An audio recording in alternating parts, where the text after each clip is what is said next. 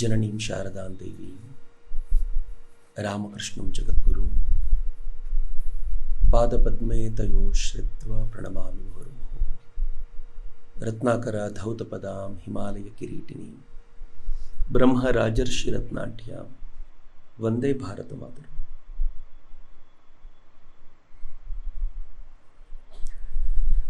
ಗೋಖಲೆಯ ಸಮಸ್ತ ಶ್ರೋತೃವರ್ಗಕ್ಕೂ ನೇರ ಪ್ರಸಾರದಲ್ಲಿ ಇದನ್ನು ವೀಕ್ಷಿಸ್ತಾ ಇರುವಂಥ ಎಲ್ಲ ಮಿತ್ರರಿಗೂ ಪ್ರೀತಿಪೂರ್ವಕವಾದ ನಮಸ್ಕಾರಗಳು. ಮುಂದಿನ ವಿಚಾರಕ್ಕೆ ಪ್ರವೇಶ ಮಾಡೋಕ್ಕಿಂತ ಮುಂಚೆ ಬಹುಶಃ ನನ್ನನ್ನೂ ಕಾಡುವಂಥ, ಕೇಳಿದ ನಂತರ ನಿಮ್ಮನ್ನೂ ಕಾಡಬೇಕಾಗಿರುವಂಥ ಸಂಗತಿ, ನಾವು ಎಲ್ಲಿ ಎಡವುಬಿಟ್ವಿ ಅಂತ. ಇಷ್ಟು ಸ್ಟ್ರಾಂಗ್ ಆಗಿದ್ದ ಒಂದು ಭಾರತ ಈ ಹಂತಕ್ಕೆ ಹೆಂಗೆ ಬಂದ್ಬಿಡ್ತು? ದರೋಡೆಕೋರರಾಗಿ ಎಲ್ಲಂದರೆ ಅಲ್ಲಿ ನುಗ್ಗಿ ಕಳ್ಳತನ ಮಾಡಲಿಕ್ಕೋಸ್ಕರವೇ ಇದ್ದಂಥ, ಸಂಪತ್ತನ್ನು ಲೂಟಿ ಮಾಡಲಿಕ್ಕೋಸ್ಕರವೇ ಇದ್ದಂಥವರು ಆಳುವ ಮಟ್ಟಕ್ಕೆ ಹೆಂಗೆ ಬಂದ್ಬಿಟ್ರು? ನೀವು ಘಜನಿ ಆ ಏರಿಯಾಗಳನ್ನು, ಘಜನಿ ಅನ್ನೋದೊಂದು ಏರಿಯಾ, ಅದು ಆ ಏರಿಯಾಗಳಲ್ಲಿ ಹೇಗಿದ್ವು ಅಂತಂದರೆ, ಅರಬ್ಬರ ಆ ಭಾಗಗಳಲ್ಲಿ, ತುರ್ಕರ ಈ ಭಾಗಗಳಲ್ಲಿ ಇವೆಲ್ಲ ಹೇಗಿದ್ವು ಅಂತಂದರೆ, ಒಬ್ಬನ ಹತ್ರ ದುಡ್ಡು ನೋಡಿದ್ರೆ ಅವನನ್ನು ಸಾಯಿಸ್ಬಿಟ್ಟೆ ಅವನಿಗೆ ಕಿತ್ಕೊಂಡು ಹೋಗೋದು ಅಷ್ಟೇ. ಅವ್ರಿಗೆ ಗೊತ್ತಿದ್ದು ಅಷ್ಟೇ. ಅವರ ಜೀವನ ಶೈಲಿಯೇ ಹಾಗೆ. ನಾನು ಅದಕ್ಕೆ ಅಂದ್ಕೊಳ್ತಿದ್ದೆ ಯಾವಾಗಲೂ, ಭಗವಂತ ಅವ್ರಿಗೆ ಪಾರ್ಶಿಯಾಲಿಟಿ ಮಾಡಿದ್ದಾನೆ ಅಂತ. ಎಂಥ ಪಾರ್ಶಿಯಾಲಿಟಿ ಮಾಡಿದ್ದಾನೆ ಅಂತಂದರೆ, ಬಾವಿ ಕೊರೆದ್ರೆ ಪೆಟ್ರೋಲ್ ಸಿಗ್ಬೋದು ಅವರಿಗೆ, ನೀರು ಸಿಗಲಾರದು ಅವರಿಗೆ ಅಂತ. ಅಲ್ಟಿಮೇಟ್ಲಿ ಬದುಕಿಗೆ ಬೇಕಾಗಿರೋದು ನೀರೇ, ಆದರೆ ಅದನ್ನೇ ಕೊಡಲಿಲ್ಲ ಅವರಿಗೆ. ಅವರಿಗೆ ಎಂಥ ಮರುಭೂಮಿ ನಿಟ್ಟ ಅಂತಂದರೆ ಒಣ ಒಣ ಬದುಕನ್ನು ತೋರಿಸಿಕೊಟ್ಟ. ಆದರೆ ನಮಗೆ ಕಣ್ಣು ತೆಗೆದರೆ ಹಸಿರು ಹಸಿರು ಕಾಣುವಂಥ ಏನು ಸುಂದರವಾದ ರಾಷ್ಟ್ರವನ್ನು ಕೊಟ್ಟ. ಪುಣ್ಯ ಮಾಡಿ ಹುಟ್ಟಿರೋದು ನಾವೆಲ್ಲ. ನಾನು ತುಂಬ ಬಾರಿ ಈ ನೆಗೆಟಿವ್ ಮಾತಾಡೋಂಥವ್ರಿಗೆ ಹೇಳ್ತಿರ್ತೀನಿ, ಈ ದೇಶದಲ್ಲಿ ಅದಿಲ್ಲ ಇದಿಲ್ಲ ಅಂತ. ಏನಾದರೂ ಭಗವಂತ ನಮ್ಮನ್ನು ಹುಟ್ಟಿಸಿ ಅವನು ಹಾಕೋದಿರುತ್ತಲ್ಲ, ಈಗ ಹಾಕಬೇಕಾದ್ರೆ ಸ್ವಲ್ಪ ಅಕ್ಷಾಂಶ ರೇಖಾಂಶಗಳು ಬದಲಾಗಿ, ಲಾಂಗಿಟ್ಯೂಡ್ ಲ್ಯಾಟಿಟ್ಯೂಡ್ಗಳು ಚೇಂಜ್ ಆಗಿ, ನಾವೇನಾದರೂ ಅಫ್ಘಾನಿಸ್ತಾನದಲ್ಲಿ ಬಿದ್ದಿದ್ರೆ ಕತೆ ಏನಾಗಿರ್ತಿತ್ತು ನಮ್ಮದು? ಏನೋ ಪುಣ್ಯ ಅದೆಲ್ಲ ಚೇಂಜ್ ಆಗದೆ ಇಲ್ಲಿ ಬಿದ್ದಿದ್ದೀವಿ, ಬಚಾವಾಗಿದ್ದೀವಿ. ಇನ್ನು ಸ್ವಲ್ಪ ಚೇಂಜ್ ಆಗಿ ಅರಬ್ ಕಂಟ್ರೀಸಲ್ಲಿ ಬಿದ್ದಿದ್ರೆ ಏನು ಕತೆ ಇರ್ತಿತ್ತು? ಫ್ರೀಡಮ್ ಅನ್ನೋದು ಸತ್ತೋಗಿದೆ ಅಲ್ಲಿ, ಏನೂ ಇಲ್ಲ. ಈಗಲೇ ಈಗ ಇನ್ನೀವು ಅವತ್ತಿನ ದಿನಮಾನದ ಕತೆ ಹೇಗಿದ್ದಿರ್ಬೋದು ಅಂತ. ಆದರೆ ಎಲ್ಲವನ್ನೂ ಇಟ್ಕೊಂಡು ನಾವು ಎಲ್ಲಿ ಎಡವಿದ್ವಿ ಅಂತ ನಂಗೆ ಕೇಳುವಾಗ ಅನಿಸುತ್ತೆ, ಎಲ್ಲೋ ಒಂದು ಕಡೆ ತುಂಬ ಸೇಫರ್ ಝೋನಲ್ಲಿದ್ದರೆ, ತುಂಬ ನೆಮ್ಮದಿಯಿಂದ ಇದ್ದರೆ, ಎಲ್ಲ ಹೊಟ್ಟೆ ಬಟ್ಟೆಗೆ ಚೆನ್ನಾಗಿದ್ದರೆ ಜಗಳ ಆಡೋದನ್ನು ಕಲಿತೀವಿ ನಾವು. ನಾವೆಲ್ಲೋ ಸೋತಿದ್ದು ಅಲ್ಲಿ ಅಂತ. ನಾನೆನ್ನೆ KM ಮುನ್ಷಿಯವ್ರ ಮಾತು ನಿಮ್ಮ ಜೊತೆ ಹಂಚ್ಕೊಳ್ತೀನಿ ಅಂತ ಹೇಳಿದ್ದೆ, ಸಮಯ ಆಗಲಿಲ್ಲ. KM ಮುನ್ಷಿಯವರು ಹೇಳ್ತಾರೆ, ಹಿಂದೂಗಳು ಆರ್ಯಾವರ್ತ ಪ್ರಜ್ಞೆ ಅಂತ ಒಂದು ಏನಿತ್ತಲ್ಲ, ಆ ಆರ್ಯಾವರ್ತ ಪ್ರಜ್ಞೆಯನ್ನು ಕಳ್ಕೊಂಡಿದ್ದೇ ಎಲ್ಲದರ ಪ್ರಾಬ್ಲಮ್ಮು ಅಂತಾರೆ. ಈ ಆರ್ಯಾವರ್ತ ಪ್ರಜ್ಞೆ ಸ್ವಲ್ಪ ಆಳಕ್ಕಿಳಿದು ನೋಡಬೇಕಾಗಿರುವಂಥ ಸಂಗತಿ. ಅವರೇ ಹೇಳ್ತಾರೆ, ಆರ್ಯಾವರ್ತ ಪ್ರಜ್ಞೆ ಅಂದರೆ ಏನಂತಂದರೆ, ಮತ್ತೆ ಮತ್ತೆ ಸರ್ವಶ್ರೇಷ್ಠತೆಯನ್ನು ತನ್ನದಾಗಿಸಿಕೊಳ್ಳುವ ಪ್ರಯತ್ನ ಇದೆಯಲ್ಲ, ಆ ಪ್ರಯತ್ನ ಕಳೆದು ಹೋಗೋದು ಆರ್ಯಾವರ್ತ ಪ್ರಜ್ಞೆಯನ್ನು ಕಳ್ಕೊಳ್ಳೋದು ಅಂತ. ಇವತ್ತಿಗೂ ನಮಗಿದೆ. ಸುಮ್ಮನೆ ಕೇಳಿ ನೋಡಿ, ಹೊಡೆಯೋದು ಸರಿನೋ ತಪ್ಪೋ ಅಂತ ಕೇಳಿದ್ರೆ ಪ್ರಶ್ನೆ ಬಂದ್ಬಿಡುತ್ತೆ. ಹೊಡಿಬಾರ್ದು, ಹೇಳೋದನ್ನು ತಿದ್ದು ಹೇಳಬೇಕು ಅಂತ. ಆಯ್ತಪ್ಪ, ತಿದ್ದು ಹೇಳೋದು ಯಾರಿಗೆ? ಯಾರು ಹೇಳಿದ್ದನ್ನು ಕೇಳಲಿಕ್ಕೆ ತಯಾರಾಗಿದ್ದಾರೋ ಅವರಿಗೆ. ನನ್ನ ಕೆಲವರು ಫೋನ್ ಮಾಡ್ತಾರೆ, ಫೋನ್ ಮಾಡಿ ನಂಗೆ ತುಂಬ ತಲೆ ತಿಂತಾರೆ. ತಲೆ ಹೆಂಗೆ ತಿಂತಾರೆ ಅಂತಂದರೆ, ಸರ್ ನೀವು ಡಿಬೇಟಿಗೆ ಕೂತಾಗ ಹಿಂಗೆ ಹೇಳಬೇಕು ಸರ್, ಇದನ್ನು ಹೇಳಬೇಕು ಸರ್. ನಾನು ಹೇಳಿದ್ದು ಕೇಳೋರಿಗೆ ಹೇಳ್ಬೋದು, ಹಿಂಗೆ ಕೇಳದೇ ಇರೋರಿಗೆ ಅವ್ರದ್ದೇ ಲ್ಯಾಂಗ್ವೇಜಲ್ಲಿ ಉತ್ತರ ಕೊಡಬೇಕು. ಮತ್ತು ಅದು ನನಗೆ ಗೊತ್ತಿದೆ, ದಯವಿಟ್ಟು ಸುಮ್ಮನಿರಿ, ನಾನು ಅದನ್ನು ಹೆಂಗೋ ಹ್ಯಾಂಡಲ್ ಮಾಡ್ಕೊಳ್ತೀನಿ ಅಂತ ಅವ್ರಿಗೆಲ್ರಿಗೂ ಐಡಿಯಾ ಕೊಡಬೇಕು ಅಂತಿರುತ್ತೆ. ಆದರೆ ನೀವು ಹೇಳುವಂಥ ಎಲ್ಲ ಲಾಜಿಕ್ಕನ್ನು ಯಾರು ಒಪ್ತಾರೆ ಅಂತಂದರೆ, ಗೋಖಲೆಯಲ್ಲಿ ಕುಳಿತಿರುವಂಥ ನಿಮಗೆ ನಾನು ಇದನ್ನು ಕನ್ವಿನ್ಸ್ ಮಾಡ್ಬೋದು, ನಾನು 1.5 ಗಂಟೆ ನಿಮ್ಗೆ ಎಕ್ಸ್ಪ್ಲೈನ್ ಮಾಡ್ಬೋದು ಯಾಕೆ ಹಿಂಗೆ ಅಂತ. ಆದರೆ ಡಿಬೇಟ್ನಲ್ಲಿ ಕೂತಿರೋನಿಗೆ, ನಿಮ್ಮನ್ನು ವಿರೋಧಿಸಬೇಕು ಅಂತಲೇ ಬಂದು ಕೂತಿರೋನಿಗೆ ನಿಮ್ಗೆ ಎಕ್ಸ್ಪ್ಲೈನ್ ಮಾಡ್ಲಿಕ್ಕೆ ಪುರ್ಸೊತ್ತಿರಲ್ಲ. ಮತ್ತು ಎಕ್ಸ್ಪ್ಲೈನ್ ಮಾಡಿದರೆ ಕೇಳುವ ವ್ಯವಧಾನ ಅವನಿಗಿರಲ್ಲ. ಅವನಿಗೆ ಅವನದೇ ಭಾಷೆಯಲ್ಲಿ ಕೊಡಬೇಕು. ಅವನು ಏಕವಚನದಲ್ಲಿ ಮಾತಾಡಿದ್ರೆ ಏಕವಚನದಲ್ಲೇ ಮಾತನಾಡಬೇಕು. ಅವನೇನಾದರೂ ಕೆಟ್ಟ ಪದಗಳನ್ನು ಬಳಸ್ತಾನೆ ಅಂದರೆ ಅದಕ್ಕೆ ಸೂಕ್ತವಾಗಿರುವಂಥ ಪದಗಳನ್ನು, ಅವನ ಹೃದಯಕ್ಕೆ ಮುಟ್ಟಬಹುದಾಗಿರುವ ಪದಗಳನ್ನು ಬಳಸಲೇಬೇಕು. ಹೊಡೆಲಿಕ್ಕೆ ಬಂದ ಅಂದರೆ 4 ಬಾರಿಸ್ಲಿಕ್ಕೆ ಸಿದ್ಧವಾಗಿರಬೇಕು ಅಂತ. ನೀವು ಫೈಟ್ ಹಿಂಗೆ ನಡೆಯೋದ? ಇಲ್ಲದೆ ಹೋದರೆ ಆಗಲ್ಲ. ಅಸಮಬಲರ ನಡುವೆ ನಡೆಯುವಂಥ ಯುದ್ಧ ಯಾವತ್ತಿಗೂ ಕೆಲಸಕ್ಕೆ ಬರದೇ ಇರುವಂಥ ಯುದ್ಧ ಅಂತ. ಹೀಗಾಗಿ ಇಬ್ಬರೂ ಸಮಬಲರಾಗಬೇಕು ಅಂತ, ಆ ಸಮಬಲರಾಗಬೇಕಾಗಿರುವಂಥ ಪ್ರಕ್ರಿಯೆ. ಆದರೆ ದುರದೃಷ್ಟ ಏನು ಅಂತಂದರೆ, ನಾವು ಯಾವತ್ತೂ ಅಸಮಬಲರೇ. ಏನು ಮಾಡಬೇಕು ಅಂತಂದರೆ, ಯಾರಾದರೂ ತುಂಬ ಆತತಾಯಿಗಳು ಬಂದರೆ ದೇವರನ್ನು ಪ್ರಾರ್ಥನೆ ಮಾಡ್ಕೋ, ದೇವರು ಕಾಪಾಡ್ತಾನೆ. ಅಂತ ಹೇಳು. ಪಾಪ ಅವನು ಎಲ್ಲಿವರೆಗೂ ಬರಬೇಕು ಅಂತ. ಈ ಆರ್ಯಾವರ್ತ ಪ್ರಜ್ಞೆ ಕಳೆದೋಗಿದ್ದು ಅಲ್ಲಿ ಅಂತ ನನಗೆ ಯಾವಾಗಲೂ ಅನ್ಸುತ್ತೆ. ನೋಡಿ, ಸ್ವಾತಂತ್ರ್ಯ ಬಂದ ನಂತರವಾದರೂ ಆ ಪ್ರಜ್ಞೆ ಉಳ್ಕೊಳ್ತಾ ಜವಾಹರ್ಲಾಲ್ ನೆಹರು ಅಲಿಪ್ತ ನೀತಿಯ ಪರಿಕಲ್ಪನೆ ತಗೊಂಡು ಬಂದರು. ನಾವು ಯಾರ ಜೊತೆಗೂ ಸೇರಲ್ಲ ಅಂತ, ಯಾರು ಬೇಕಿದ್ರೂ ಯುದ್ಧ ಮಾಡ್ಕೊಳ್ಳಿ, ನಾವು ಯಾರ ಜೊತೆಗೂ ಸೇರಲ್ಲ, ನ್ಯೂಟ್ರಲ್ ಆಗಿರ್ತೀವಿ ಅಂತ. ನ್ಯೂಟ್ರಲ್ ಆಗಿ ಯಾರು ಇರ್ಬೋದು ಗೊತ್ತೇನು? ಯಾರು ಸಶಕ್ತರೋ ಅವರು ನ್ಯೂಟ್ರಲ್ ಆಗಿರ್ಬೋದು. ನಾಳೆ ಏನಾದರೂ ಅಮೆರಿಕ ನಾನು ನ್ಯೂಟ್ರಲ್ ಆಗಿರ್ತೀನಿ, ಯಾವ ಪಕ್ಷದಲ್ಲೂ ಇರಲ್ಲ ಅಂತಂದ್ರೆ ಒಪ್ಕೋಬಹುದು. ಅವ್ರಿಗೆ ಯುದ್ಧ ಮಾಡಿ ಎಲ್ಲರನ್ನು ಉಳಿಸಬಲ್ಲಂತ ತಾಕತ್ತಿದೆ, ಎಲ್ಲರನ್ನು ಹೊಡೆಯಬಲ್ಲ ತಾಕತ್ತಿದೆ, ನ್ಯೂಟ್ರಲ್ ಆಗಿರ್ತೀನಿ ಅಂತ ಹೇಳಿದ್ರೆ ಒಪ್ಕೋಬಹುದು ಅಂತ. ರಷ್ಯಾ ನ್ಯೂಟ್ರಾಲಿಟಿಯ ಬಗ್ಗೆ ಮಾತನಾಡಿದ್ರೆ ಒಪ್ಕೋಬಹುದು, ಚೀನಾ ಮಾತನಾಡಿದ್ರೆ ಒಪ್ಕೋಬಹುದು. ಆದರೆ ಅವತ್ತು 1947 ನಮಗೆ ಪಕ್ಕದ ಪಾಕಿಸ್ತಾನ ದಾಳಿ ಮಾಡಿದ್ರೆ ರಕ್ಷಣೆ ಮಾಡ್ಕೊಳ್ಳೋ ತಾಕತ್ತಿರಲಿಲ್ಲ. ನಾವು ನ್ಯೂಟ್ರಲ್ ಆಗಿರೋದ್ರ ಬಗ್ಗೆ ಮಾತನಾಡ್ತಿದ್ವಿ. ಹುಲಿಯೊಂದು ಬಂದು ವೆಜಿಟೇರಿಯನ್ ಆಗಿ ಅಂತ ಹೇಳಿದ್ರೆ ಅದಕ್ಕೊಂದು ಮೌಲ್ಯ ಇದೆ. ಕುರಿ ಏನಾದರೂ ಬಂದು ವೆಜಿಟೇರಿಯನ್ ಆಗಿ ಅಂತ ಭಾಷಣ ಮಾಡಿದ್ರೆ ಮೊದಲು ಕುರಿನೇ ಕಟ್ ಮಾಡ್ಕೊಂಡು ತಿನ್ನೋದು ಅಂತ. ಅದು ಅಷ್ಟು ಮೂರ್ಖತನ ನಮಗೆ. ನಾವು ಅಲಿಪ್ತ ನೀತಿ ಅನ್ನೋದೊಂದು ಏನಂದ್ರೆ ಒಂದು ಆದರ್ಶವಾದದ ಪರಿಕಲ್ಪನೆಯನ್ನ ಸಮಾಜದ ಮುಂದಿಟ್ವಿ. ಅದಕ್ಕೆ ನಿಕ್ಸನ್ ಜೊತೆಲಿದ್ದವನೊಬ್ಬ ಏನ್ ಹೇಳ್ತಿದ್ದ ಅಂತಂದ್ರೆ, ಕೈಲಾಗದವರು ತಾವು ಸಶಕ್ತರು ಅಂತ ತೋರಿಸ್ಕೊಳ್ಳಿಕ್ಕೆ ಇಂಥದ್ದೇ ಪದಗಳನ್ನು ಬಳಸೋದು ಅಂತ. ಅವನು ಭಾರತದ ಕುರಿತಂತೆ ಹೇಳಿದ್ದು. ಆದರೆ ಈ ಭಾರತದ ಕುರಿತಂತೆ ವಿವೇಕಾನಂದರು ಜಗತ್ತಿನ ವೇದಿಕೆ ಮೇಲೆ ಪ್ರಸ್ತುತಪಡಿಸುವಾಗ ಈ ಥರದ ಪರಿಕಲ್ಪನೆ ಯಾರಿಗಾದ್ರೂ ಬಂದಿತ್ತೇನು? ಈ ಭಾರತದ ಕುರಿತಂತೆ ಇವತ್ತು ಭಾರತದ ವಿದೇಶಾಂಗ ಸಚಿವರು ಜಗತ್ತಿನ ಮೂಲೆ ಮೂಲೆ ಕೂತಾಗ ಮಾತನಾಡ್ತಾರೆ. ಯಾವನಾದ್ರೂ ಮಾತಾಡ್ಲಿ ಉಲ್ಟಾ? ಅವ್ರು ಹೇಳ್ತಾರಲ್ಲ, ಇವತ್ತು ಭಾರತ ನಿಮಗೂ ಒಳ್ಳೇದಾಗತ್ತೆ, ಅವ್ರಿಗೆ ಒಳ್ಳೇದಾಗತ್ತೆ ಅಂತ ಯಾವ ಕೆಲಸವನ್ನು ಮಾಡಲ್ಲ. ನನ್ನ ರಾಷ್ಟ್ರಕ್ಕೆ ಇದು ಒಳ್ಳೇದೋ ಅಲ್ವೋ ಅಂತ ನೋಡುತ್ತೆ. ಯಾವುದು ಒಳ್ಳೇದಾಗುತ್ತೋ ಅದು ಮಾಡಿಯೇ ಮಾಡುತ್ತೆ. ನಿಮ್ಗೆ ಒಳ್ಳೇದಾಗತ್ತೆ ಅಂತ ನಾವೇ ಯಾಕ್ರಿ ತಲೆ ಕೇಳಿಸ್ಕೊಳ್ಳೋಣ ಅಂತ. ವಸುದೈವ ಕುಟುಂಬಕಂ ಎಲ್ಲ ಸರಿ. ವಸುದೈವ ಕುಟುಂಬಕಂ ಯಾವಾಗ ಅಂದರೆ ಕುಟುಂಬವನ್ನು ಸಂಭಾಳಿಸುವ ತಾಕತ್ತು ಮನೆ ಯಜಮಾನನಿಗೆ ನಂಗೆ ಬಂದಾಗ ವಸುದೈವ ಕುಟುಂಬಕಂ ಅಂತ ಹೇಳ್ಬೋದು. ನನಗೇ ಮನೆ ಯಜಮಾನಾಗಿ ಸಂಭಾಳಿಸುವ ತಾಕತ್ತಿಲ್ಲ, ಎಲ್ಲ ಕುಟುಂಬವಾಗಿರಬೇಕು ಅಂತಂದ್ರೆ ನಾನು ಮನೆಯ ನೌಕರನಾಗಷ್ಟೇ ಇರಬೇಕು. ಭಾರತ ಅದನ್ನು ಗಳಿಸುವಂತ ಪ್ರಯತ್ನ ಮಾಡೋದು. ಆರ್ಯಾವರ್ತ ಪ್ರಜ್ಞೆ ಈಗೀಗ ಜಾಗೃತವಾಗ್ತಿದೆ ನಮಗೆ. ಇದು ಆಕ್ರಮಣದ ಕಾಲದಲ್ಲಿ ಪೂರ್ತಿ ಕಳೆದು ಹೋಗ್ಬಿಟ್ಟಿತ್ತು. ನಮ್ಮಲ್ಲಿ ಈ ಕ್ಷಾತ್ರ ಪ್ರಜ್ಞೆ ತುಂಬಾ ಕಡಿಮೆ. ಇದನ್ನ ಈ ದಿಕ್ಕಿನಲ್ಲಿ ಹೇಳೋದಾದ್ರೆ ತುಂಬಾ ಸುಂದರವಾಗಿ ಶತಾವಧಾನಿ ಗಣೇಶ್ ಹೇಳ್ತಾರೆ, ಜನ ಸಮುದಾಯದಲ್ಲಿ ಅವ್ಯವಸ್ಥೆ ಉಂಟಾದಾಗ ಅದನ್ನು ಸರಿಪಡಿಸಲಿಕ್ಕೆ ಕ್ಷಾತ್ರ ಪ್ರಜ್ಞೆನೇ ಬೇಕು ಅಂತ.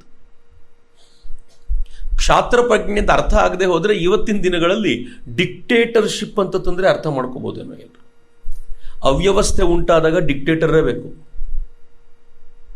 ಒಂದು ಕೊಲ್ತಾ ಇರೋರನ್ನ ಸರಿ ಮಾಡ್ಲಿಕ್ಕೆ ನಾವೇ ನಿಂತ್ಕೋಬೇಕು, ಇಲ್ಲ ಅಂದ್ರೆ ಸರ್ಕಾರ ಡಿಕ್ಟೇಟರ್ ಆಗಿ ಹೆಂಗ್ ಬಡಿಬೇಕು ಅಂದ್ರೆ ಬಾಯಿ ಮುಚ್ಕೊಂಡು ಬಿದ್ದಿದ್ರೆ ಸರಿ ಅಂತ. ನಾವು ಮೊದಲು ಡಿಕ್ಟೇಟರ್ಗಳನ್ನ ವಿರೋಧಿಸ್ತಿದ್ವಿ. ನಮಗೆ ಗೊತ್ತಿಲ್ಲದಂತೆ ನಾವು ಈ ಥರದ ಕೆಲಸ ಮಾಡುವಂಥ ಯೋಗಿ ಆದಿತ್ಯನಾಥರನ್ನ ಸಮರ್ಥಿಸ್ತೀವಿ. ಯಾಕಂದ್ರೆ ಕರೆಕ್ಟಾಗಿ ಮಾಡ್ತಾರೆ. ನಾವು ಮಾಡೋ ಕೆಲಸ ನಾವು ಮಾಡ್ಲಿಕ್ಕೆ ಆಗಲ್ಲ ಅಂತ ಯಾವುದನ್ನು ಬಿಡ್ತೀವೋ ಅದನ್ನು ಯೋಗಿ ಆದಿತ್ಯನಾಥರು ಮಾಡ್ತಾರೆ ಅಂತಂದ. ಕಳೆದ 100 ದಿನಗಳಲ್ಲಿ 100 ಡೇಸ್ ಆಯ್ತು ಅವ್ರು ಬಂದು, 100 ದಿನಗಳಲ್ಲಿ ಇಲ್ಲೀಗಲ್ ಆಗಿರುವಂಥ 900 ಕೋಟಿ ರೂಪಾಯಿ ಆಸ್ತಿಯನ್ನ ಅವರು ನೆಲಸಮ ಮಾಡಿ ಸರ್ಕಾರಕ್ಕೆ ಜೋಡಿಸಿದ್ದಾರೆ. ಸೈಲೆಂಟ್ ವರ್ಕ್ ಮಾಡ್ತಾ ಇದ್ದಾರೆ. ಇದು ಸರ್ವಾಧಿಕಾರಿ ಅಂತ ಮೇಲ್ನೋಟಕ್ಕೆ ಅನ್ಸ್ಬೋದಾದ್ರೆ ಕ್ಷಾತ್ರ ಪ್ರಜ್ಞೆ ಇದು. ಬಡವನ ಮೇಲೆ, ಕೈಲಾಗದವನ ಮೇಲೆ ಶೋಷಣೆ ಮಾಡಿ ಅವನಿಂದ ಕಿತ್ಕೊಂಡು ಮಾಡ್ತಾ ಇರೋನ್ನ ಹೋಗ್ಲಿ ಪಾಪ ಇವನ್ ಮೈನಾರಿಟಿ ಅಂತ ಬಿಡೋಂಗಿಲ್ಲ ಅಂತ. ನೀನು ಮಾಡಬೇಕಾಗಿರೋ ಕೆಲಸ ನೀನು ಮಾಡಿದ್ಯಲ್ಲ, ಈಗ ನಾನೇನ್ ಮಾಡಬೇಕು ಮಾಡಿ ತೋರಿಸ್ತೀನಿ ಅಂತ. ಕ್ಷಾತ್ರ ಪ್ರಜ್ಞೆ ಇದು. ಅವ್ಯವಸ್ಥೆಯನ್ನ ಸರಿಪಡಿಸ್ಲಿಕ್ಕೆ ಅಲ್ಲೊಂದು ಕ್ಷಾತ್ರ ಪ್ರಜ್ಞೆ ಬೇಕೇ ಬೇಕು.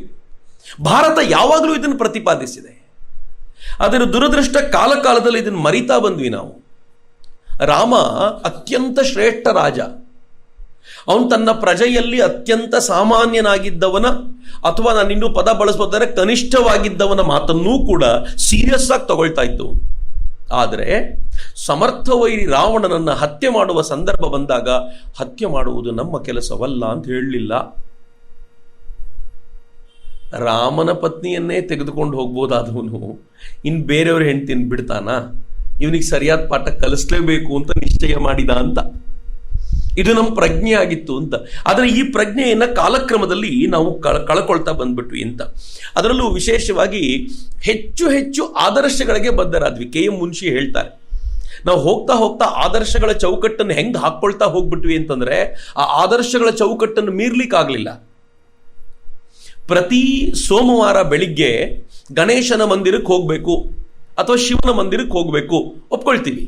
ಪ್ರತಿ ಸೋಮವಾರ ಬಿಟ್ಟು ಬಿಡದೆ ಹೋಗ್ತೀವಿ. ಆದರೆ ಅದೇ ಶಿವನ ಮಂದಿರವನ್ನು ಯಾರಾದರೂ ನೆಲಸಮ ಮಾಡಿದರೆ ಶಿವನ ಮಂದಿರ ಬೇರೆ ನೋಡ್ಕೋತೀನಿ ಅಂತ ಹೇಳೋದು ನಾವು.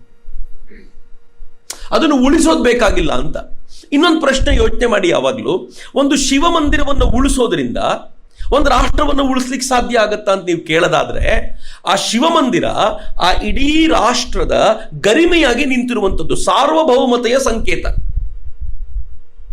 ರಾಮ ಮಂದಿರ ನಿರ್ಮಾಣ ಆಗಿರೋದ್ರಿಂದ ಎಷ್ಟು ಜನಕ್ಕೆ ಊಟ ಸಿಕ್ತು ಅಂತ ಯಾರಾದರೂ ಪ್ರಶ್ನೆ ಕೇಳಿದರೆ ನನ್ನ ಹತ್ರನೂ ಉತ್ತರ ಇಲ್ಲ. ಆದರೆ ರಾಮ ಮಂದಿರ ಈ ನಾಡಿನ ಸಾರ್ವಭೌಮತೆಯ ಸಂಕೇತ.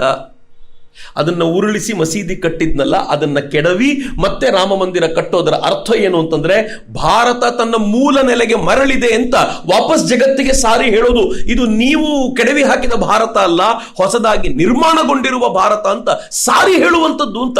ಸಾರ್ವಭೌಮತೆಯ ಪ್ರತೀಕ. ಕಾಶಿಯ ಕಾರಿಡಾರು, ಕಾಶಿಯ ಮಂದಿರವನ್ನು ವಾಪಸ್ ಪಡ್ಕೊಳ್ಳೋದು ಏನು? ಆರ್ಯಾವರ್ತ ಪ್ರಜ್ಞೆಯ ಮರುಗಳಿಕೆ, ಅದು ವಾಪಸ್ ಬರುವಂಥದ್ದು ಅಂತ. ಅದರ ದುರದೃಷ್ಟ ನಮ್ಗೆ ಅರ್ಥವೇ ಆಗಲಿಲ್ಲ. ಅವತ್ತಿನ ದಿನಗಳಲ್ಲೂ ಹಿಂಗೆ ಇದ್ವಿ. ಈ ಮಂದಿರದ ನಿರ್ಮಾಣವೇ ಶ್ರೇಷ್ಠತೆಯ ಸಂಗತಿ ಅಲ್ಲ, ಆದರೆ ಭಾರತ ಸಾರ್ವಭೌಮವಾದ ನಂತರ ಅದರ ಪ್ರತೀಕವಾಗಿ ಮಂದಿರ ನಿಂತ್ಕೊಳ್ಳೋದಿದೆಯಲ್ಲ, ಅದು ನಿಜವಾಗಿಯೂ ಆಗಬೇಕಾಗಿರುವಂಥ ಕೆಲಸ. ರಾಮ ಮಂದಿರವೂ ಕೂಡ ನಮ್ಮ ಸಾರ್ವಭೌಮತೆಯ ನಂತರವೇ ಆಗಿರುವಂಥದ್ದು. ಆಸಿಯಾನ್ ಕಂಟ್ರೀಸ್ಗಳಲ್ಲಿ ನಾವು ತೋರಿರುವಂಥ ಸಾಧನೆ, ಜಗತ್ತಿನ ಮೂಲೆ ಮೂಲೆಗಳಲ್ಲಿ ಎಲ್ಲ ರಾಷ್ಟ್ರಗಳು ನಮ್ಮ ಹಿಂದೆ ಬಿದ್ದಿರುವಂಥ ರೀತಿ, ಎಲ್ಲ ರಾಷ್ಟ್ರಗಳಿಗೂ ನಮ್ಮ ಹತ್ರ ಏನಾದರೂ ಬೇಕು ಅಂದರೆ ನಮ್ಮ ಹತ್ರ ಕೇಳಿ ಪಡೆಯುವಂಥ ರೀತಿ ಎಲ್ಲ ಬಂದಾಗ, ಈಗ ನಾವು ಬೆಳೆದು ನಿಂತಿದ್ದಿದೆಯಲ್ಲ ಅದಕ್ಕೆ ಪೂರಕವಾಗಿದೆ. ಅದಕ್ಕೆ ಸರಿಸಮವಾಗಿ ರಾಮ ಮಂದಿರ ನಿಲ್ಲಬೇಕಾದಂಥ ಅಗತ್ಯ ಇದೆ, ಅದಕ್ಕೆ ನಿಲ್ಲಿಸಿರೋದು ಅಂತ. ಮುಂದೊಂದು ದಿನ ಪಾಕಿಸ್ತಾನವನ್ನು ಛಿದ್ರಗೊಳಿಸಿದ ಮೇಲೆ ಕಾಶಿ ಮಂದಿರವನ್ನು ನಿಲ್ಲಿಸಬೇಕಾದ ಅಗತ್ಯ ಬರಬಹುದು. ಸಾರ್ವಭೌಮತೆಯ ಪ್ರತೀಕ ಅದು. ನೀವು ತಾನಲ್ಲಿದ್ದ ಬಂದು ದಾಳಿ ಮಾಡಿ ಮಾಡಿ ಹೊಡೆದವರು, ಈಗ ನೋಡಿ ಹೆಂಗಿದೆ ನಮ್ಮದು ಅಂತ. ಆ ಸಾರ್ವಭೌಮತೆಯ ಸಂಕೇತವಾಗಿ ಈ ಮಂದಿರಗಳು ನಿಲ್ಲಬೇಕಾದಂಥ ಅಗತ್ಯ ಇದೆ. ಆ ಕಾರಣಕ್ಕೆ. ಆದರೆ ಕಾಲಕ್ರಮದಲ್ಲಿ ಆದರ್ಶಗಳನ್ನು ಹೆಂಗೆ ಹೇರಿಕೊಂಡ್ವಿ ಅಂತಂದರೆ, ಒಂದು ಆದರ್ಶ ಇತ್ತು ನಮಗೆ, ಮಂದಿರಗಳ ಮೇಲೆ ಮಂದಿರ ಅಂತಂದರೆ ಪೂಜಾ ಗ್ರಹಗಳ ಮೇಲೆ ಆಕ್ರಮಣ ಮಾಡಬಾರ್ದು, ಮೂರ್ತಿಗಳಿಗೇನು ತೊಂದರೆ ಕೊಡಬಾರ್ದು, ಗರ್ಭಗುಡಿಗಳಿಗೇನು ತೊಂದರೆ ಮಾಡಬಾರ್ದು, ಗೋವು ಮತ್ತು ಬ್ರಾಹ್ಮಣರಿಗೆ ತೊಂದರೆ ಆಗದಿರುವಂತೆ ನೋಡ್ಕೋಬೇಕು ಅಂತ ಒಂದು ಆದರ್ಶಗಳು. ಎದುರಾಳಿಗಳೊಂದಿಗೆ ಯಾರೋ ಒಬ್ಬ ಬ್ರಾಹ್ಮಣನೇ ಹೋಗಿ ಸೇರ್ಕೊಂಡ್ರು ಅವನು ಕತ್ತನ್ನು ಕಡಿಯು ಅಂತಿಲ್ಲ, ಯಾಕಂದ್ರೆ ಬ್ರಾಹ್ಮಣ ಅಲ್ಲ ಮರೆ. ಅವನು ನಿಮ್ಮ ಸೀಕ್ರೆಟ್ ಎಲ್ಲ ತಗೊಂಡೋಗ ಅವ್ನಿಗೆ ಹೇಳಿರ್ಲಿ ಪರವಾಗಿಲ್ಲ. ಆದರೆ ಬ್ರಾಹ್ಮಣನ ಹತ್ಯೆ ಅಂತಂದ್ರೆ ಬ್ರಹ್ಮ ಹತ್ಯಾ ದೋಷ, ಅದನ್ನು ಮಾಡಬಾರದು ಅಂತ. ಯಾವ ಮೂರ್ಖತನ ಇದು! ಯಾವಾಗ ಬ್ರಾಹ್ಮಣ ರಾಷ್ಟ್ರನಿಷ್ಠ ಅಲ್ವೋ ಧರ್ಮನಿಷ್ಠ ಅಲ್ವೋ ಅವ್ನು ಬ್ರಾಹ್ಮಣನೇ ಅಲ್ಲ. ಯಾಕೆ ಆ ಡೆಫಿನೇಷನ್ ಮರ್ತೋದ್ವಿ ನಾವು? ಬ್ರಹ್ಮ ತೇಜವನ್ನ ಕಳ್ಕೊಂಡವನನ್ನ ಕೊಂದ್ರೆ ಯಾವ ಪಾಪ ಬರ್ತಿತ್ತು ಗೊತ್ತಿರಲಿಲ್ಲ. ಗೋವನ್ನ ಕೊಲ್ಲೋದ್ರಿಂದ ತೊಂದರೆ ಆಗತ್ತೆ, ಆಯ್ತಪ್ಪ, ಅಗತ್ಯ ಬಿದ್ದಾಗ ಯುದ್ಧದ ಸಂದರ್ಭದಲ್ಲಿ ನಾವು ಮಾಡಲೇಬೇಕಾದ ಪರಿಸ್ಥಿತಿ ಬಂದಾಗ ಆ ಕೆಲಸವನ್ನು ಮಾಡಲೇಬೇಕು. ಅನೇಕ ಬಾರಿ ಸ್ಟ್ರಾಟಜಿಗಳು ಹೇಗಿತ್ತು ಅಂತಂದ್ರೆ, ಜಗನ್ನಾಥ್ ಸರ್ಕಾರ ಇದನ್ನು ಬರೀತಾರೆ, ಆನೆಗಳು ಎದುರಿಗಿರುವಂತಹ ದೊಡ್ಡ ಮುಸಲರ ಸೇನೆಯನ್ನು, ಯಾವುದೇ ಸೇನೆಯನ್ನ ಧ್ವಂಸಗೊಳಿಸ್ಬಿಡ್ತಿದ್ವಲ್ಲ, ಆನೆಗಳು ಮುಂದಿನ ಲೈನಲ್ಲಿ ನಿಂತಿರ್ತಿದ್ವು. ಅವುಗಳು ಗೀಳಿಟ್ಕೊಂಡು ಹೋಗ್ಬಿಟ್ವು ಅಂತಂದ್ರೆ ಆ ಕಡೆ ಸೈನಿಕರು ಕಾಲಾಳುಗಳು ಚೆಲ್ಲಾಪಿಲ್ಲಿಯಾಗಿ ಹೋಗ್ಬಿಡ್ತಿದ್ರು. ಅದಕ್ಕೆ ಗಜನಿ ಏನು ಪ್ಲಾನ್ ಮಾಡ್ತಾನೆ ಅಂತಂದ್ರೆ, ಮುಂದೆ ಗೋರಿಯೋದನ್ನು ಯೂಸ್ ಮಾಡ್ತಾನೆ, ದನಗಳನ್ನು ಕಟ್ತಾನೆ ಮುಂದಕ್ಕೆ. ಆ ದನಗಳಿಗೆ ಒಂದಕ್ಕೊಂದು ಕೊಂಬಿಗೆ ಒಂದು ಮರದ ದಿಮ್ಮಿಯನ್ನು ಕಟ್ಟಿಬಿಡ್ತಾರೆ, ಒಂದಕ್ಕೊಂದು ಕನೆಕ್ಟೆಡ್. ಅದು ಆನೆಗಳು ಬಂದು ದನಗಳನ್ನು ತಳ್ಳಬೇಕು ಅಂದ್ರೆ ಅಷ್ಟು ದನಗಳನ್ನು ಎಬ್ಬಿಸ್ಬೇಕು, ಒಂದಕ್ಕೊಂದು ಕನೆಕ್ಟೆಡ್. ಅದು ಆನೆಗಳು ಅವುಗಳ ಜೊತೆ ಕಿತ್ತಾಡೋ ವೇಳೆಗೆ ಸರಿಯಾಗಿ ಉಳಿದವರು ಬಂದು ಅಟ್ಯಾಕ್ ಮಾಡ್ಲಿಕ್ಕೆ ಅನುಕೂಲ ಆಗ್ತಿತ್ತು ಅಂತ. ಹಂಗಂತ ಅವ್ರು ಹೇಳ್ತಾರೆ, ಈ ತರದ ಸ್ಟ್ರಾಟಜಿ ನಿರ್ಮಾಣ ಮಾಡ್ಕೊಂಡಿದ್ರು ಅಂತ. ಆದ್ರೆ ನಮ್ಮವ್ರಿಗೊಂದು ಚೌಕಟ್ಟಿತ್ತು, ಎದುರಿಗೆ ಗೋವುಗಳಿವೆ, ಗೋವುಗಳನ್ನು ಕೊಲ್ಲಬಾರ್ದು ಅಂತ. ಆದರ್ಶಗಳು. ನಮಗೊಂದು ಆದರ್ಶ ಇತ್ತು, ಏನೇಂತಂದ್ರೆ ಕ್ಷತ್ರಿಯರ ಯುದ್ಧ ನಡೆದಾಗ ಜನಸಾಮಾನ್ಯರಿಗೆ ತೊಂದರೆ ಆಗಬಾರ್ದು ಅಂತ ಆದರ್ಶಗಳನ್ನು ಹಾಕೊಂಡಿದ್ವಿ ನಾವು. ಆದ್ರೆ ಅವ್ರಿಗೆ ಹಂಗಿಲ್ಲ. ಜನಸಾಮಾನ್ಯರ ಕಣ್ಣೀರೇ ರಾಜನಿಗೆ ಕಷ್ಟ ಆಗೋದು ಅಂತ. ಈಗಲೂ ಚೇಂಜ್ ಆಗಲಿಲ್ಲ ಅವರು. ಎಲ್ಲೋ ರಾಜಸ್ಥಾನದಲ್ಲಿ ಒಬ್ಬ ಆರ್ಡಿನರಿ ಆಗಿರುವಂತ ಒಬ್ಬ ಟೇಲರ್ನ ಹೊಡೆಯೋದು ಯಾಕೆ, ದರ್ಜಿಯನ್ನ ಹೊಡೆಯೋದು ಯಾಕೆ? ಆ ಜನಸಾಮಾನ್ಯನ ಕೊಂದಾಗ ಮಾತ್ರ ರಾಜನ ಕಣ್ಣಲ್ಲಿ ನೀರು ಬರೋದು ಅಂತ. ರಾಜ ಆಕ್ರೋಶಗೊಳ್ಳೋದು, ರಾಜನಿಗೆ ದುಃಖ ಆಗೋದು ಯಾವಾಗ ಈ ನಾಡಿನಲ್ಲಿ ಅಂತಂದ್ರೆ ಅಂತ ಸಂದರ್ಭದಲ್ಲಿ ಮಾತ್ರ. ಯಾಕೆಂದ್ರೆ ಈ ದೇಶದಲ್ಲಿ ರಾಜ ಪ್ರಜಾರಂಜನಾಥ್, ಪ್ರಜೆಯ ರಂಜನೆಗೋಸ್ಕರ ರಾಜನೇ ಹೊರತು ರಾಜ ಮತ್ತೆ ಯಾವುದಕ್ಕೂ ಅಲ್ಲ. ಈ ನಾಡಿನಲ್ಲಿ ಆ ಪ್ರಜೆಗಳನ್ನು ಚೆನ್ನಾಗಿ ನೋಡ್ಕೊಳ್ಳೋದು ಅವನ ಕರ್ತವ್ಯ. ಈ ದೇಶದಲ್ಲಿ ರಸ್ತೆಯಲ್ಲಿ ಹೋಗುವಂತ ಸಾಮಾನ್ಯ ವ್ಯಕ್ತಿನ ಅವ್ರು ಕೊಲ್ತಾ ಇರೋದು ಯಾಕೆ ಅಂತಂದ್ರೆ ಇದೇ ಸ್ಟ್ರಾಟಜಿ ಅವರದ್ದು.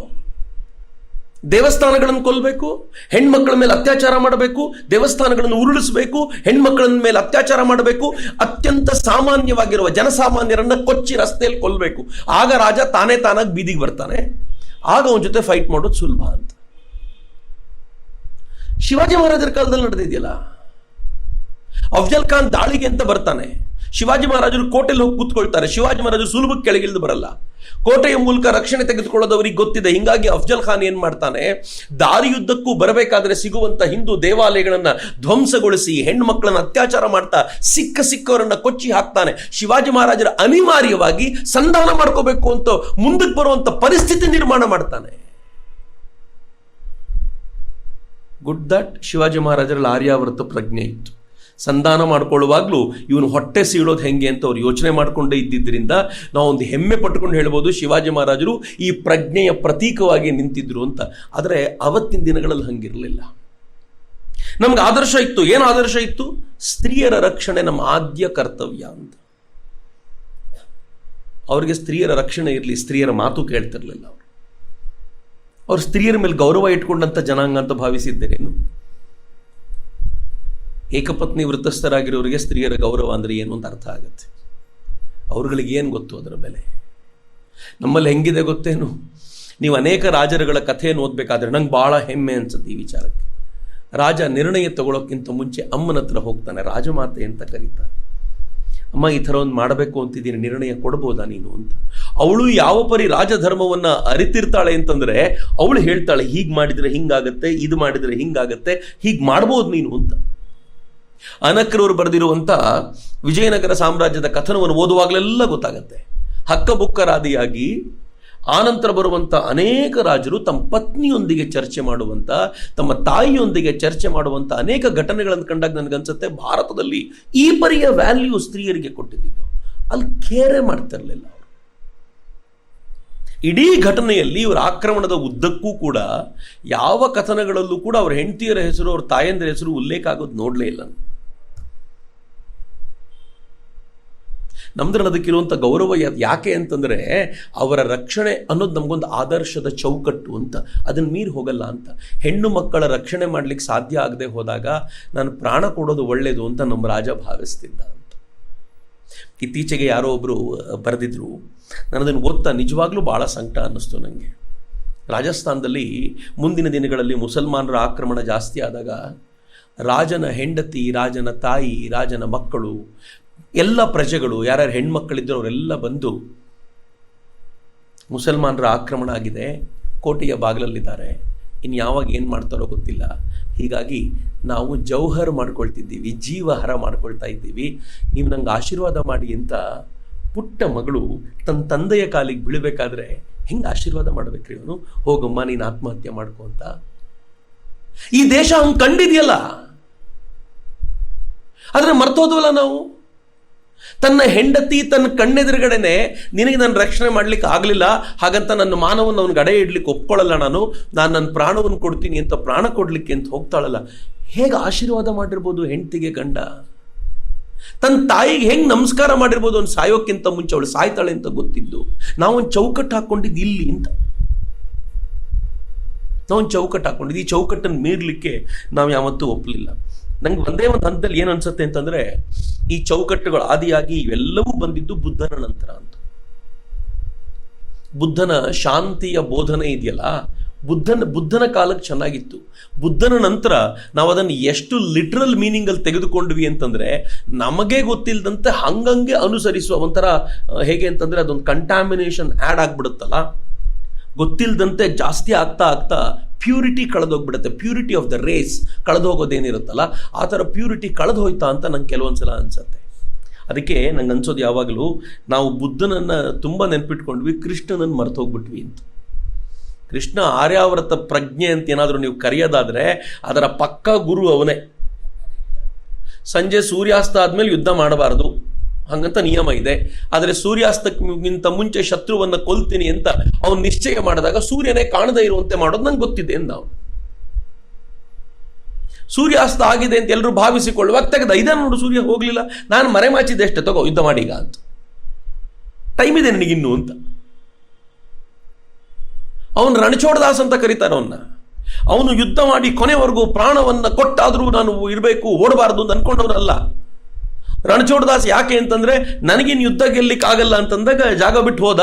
ಸರಿಯಾದ ಸಮಯ ಸರಿಯಾದ ಜಾಗ ನೋಡಿ ಹೆಂಗ್ ಬಡ್ದ ಅಂತಂದ್ರೆ ಅದೇ ಶತ್ರುವನ್ನು ನಿರ್ನಾಮ ಮಾಡಿದ. ನಮಗೊಂದು ಆದರ್ಶ ಕೊಟ್ಟ ಅವನು, ಹಿಂಗೆ ಮಾಡಬೇಕಾಗಿರೋದು ಅಂತ. ಆದ್ರೆ ನಾವು ಹೆಂಗಾದ್ವಿ ಅಂತಂದ್ರೆ ಅವನನ್ನು ಮರ್ತ್ವಿ, ಅವ್ರು ಹೇಳ್ಕೊಟ್ಟ ಚಿಂತನೆಗಳನ್ನೆಲ್ಲ ಮರ್ತೀವಿ. ಅವನು ಹೇಳಿದ್ದು ಏನಿತ್ತು? ಕ್ಲೈಬ್ಯಂ ಮಾಸ್ಮಗಮಃ ಪಾರ್ಥ ನೈತತ್ವಯ್ಯುಪಪದ್ಯತೆ. ಯುದ್ಧದಿಂದ ತಿರುಗಿ ಹೋಗೋದು ಷಂಡತನ ಪಾರ್ಥ. ಈ ಷಂಡತನ ನಿಂಗೆ ಸೂಟ, ನಮಗೆ ಹೇಳಿದ್ದವನು. ಯುದ್ಧದಿಂದ ವಿಮುಖನಾಗೋದು ಷಂಡತನ. ಆದರೆ ದುರದೃಷ್ಟಕರ ಸಂಗತಿ ಅದು ಯಾವಾಗ ಇದನ್ನು ನಾವು ನಮ್ಮ ಮೈ ಮೇಲೆ ಹೇರ್ಕೊಂಡು ಹೋಗೋತ್ತಾಗಲಿಲ್ಲ. ನಮ್ಮ ಕಾಲಘಟ್ಟದಲ್ಲಿ ಮಹಾತ್ಮ ಗಾಂಧೀಜಿ ಬಂದು ಅಹಿಂಸಾ ಪರಮೋ ಧರ್ಮ ಅಂತ ಪದೇ ಪದೇ ಹೇಳಿದರು.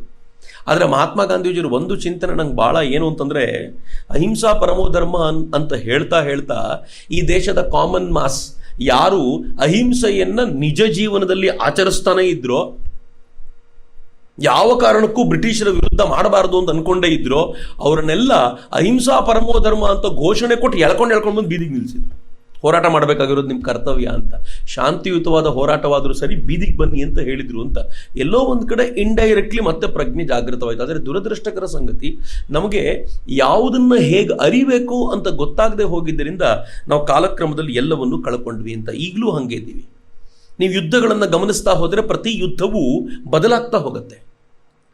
10 ವರ್ಷ ಬದಲಾಯಿತು ಅಂತಂದರೆ 10 ವರ್ಷಗಳಲ್ಲಿ ಯುದ್ಧದ ಶೈಲಿಯೂ ಬದಲಾಗುತ್ತೆ.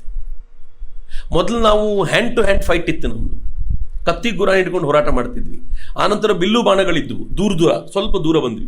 ಹ್ಯಾಂಡ್ ಟು ಹ್ಯಾಂಡ್ ಫೈಟ್ ಇರಲಿಲ್ಲ, ಸ್ವಲ್ಪ ದೂರ ಹೋಯ್ತು. ಅದಾದ ನಂತರ ನಾವು ಎಲ್ಲಿಗೆ ಬಂದ್ವಿ ಅಂತಂದರೆ ಕುದುರೆಗಳ ಬಳಕೆ ಮಾಡ್ಕೊಂಡ್ವಿ. ಕುದುರೆಗಳಲ್ಲಿ ನಿಂತು ದೂರಕ್ಕೆ ಹೋಗಿ ಫೈಟ್ ಮಾಡ್ತಿದ್ವಿ. ಅದಾದ್ಮೇಲೆ ಈಟಿ ಭರ್ಜಿಗಳನ್ನು ತಿವಿಯಕ್ಕೆ ಶುರು ಮಾಡಿದ್ವಿ. ಎಲ್ಲೋ ನಿಂತ್ಕೊಂಡು ಈಟಿ ಬಿಸಾಕಿದ್ರೆ ಇವನು ಸಾಯ್ತಿದ್ದ. ಮುಂದೆ ಎಲ್ಲಿವರೆಗೆ ಬಂತು ಅಂತಂದ್ರೆ ಬಾಬರ್ನ ಕಾಲಕ್ಕೆ ಉರಿಯುವ ಗೋಳಗಳನ್ನು ಎಸೆಯುವಂತ ಪದ್ಧತಿ ತಗೊಂಬಂದ, ಮಿಸೈಲ್ ಥರ ತಗೊಂಬಂದ. ಭಾರತೀಯರಿಗೆ ಗೊತ್ತೇ ಇರಲಿಲ್ಲ. ನೀವು ಬಾಬರನ ಆಕ್ರಮಣದ ಕಾಲಕ್ಕೆ ನೋಡಬೇಕು, ಗಾಬರಿ ಆಗ್ಬಿಟ್ರು, ಪತರುಗುಟ್ಬಿಟ್ರು ಭಾರತೀಯರು. ಗೆಲುವಿನ ಮುಖದಿಂದ, ಸೋಲಿನ ಮುಖದಿಂದ ತನ್ನ ಗೆಲುವನ್ನು ಕಸಿಯುವ ತಾಕತ್ತು ಅವನಿಗೆ ಎಲ್ಲಿಂದ ಬಂತು ಅಂತಂದ್ರೆ ಆ ಉರಿಯುವ ಗೋಳಗಳ ಕಾರಣಕ್ಕೋಸ್ಕರ. ನಮ್ಗೆ ಗೊತ್ತೇ ಆಗಲಿಲ್ಲ, ನಾವು ಆ ಥರದ ಇನ್ವೆನ್ಷನ್ಗೆ ಕೈಯೇ ಹಾಕಲಿಲ್ಲ. ಕಾಲಕ್ರಮದಲ್ಲಿ ಆಕಾಶಕಾಯಿಗಳು ಯುದ್ಧ ಮಾಡಿದ್ವು, ವಿಮಾನಗಳು ಯುದ್ಧ ಮಾಡ್ತಿದ್ವು. ನೀವು ಫಸ್ಟ್ ವಾರ್ಗೂ ಸೆಕೆಂಡ್ ವರ್ಲ್ಡ್ ವಾರ್ಗೂ ಇರುವಂಥ ಡಿಫರೆನ್ಸ್ ನೋಡಿದ್ರೆ ನಿಮ್ಗೆ ಗೊತ್ತಾಗುತ್ತೆ ಎಷ್ಟು ಬದಲಾವಣೆ ಬಂತು.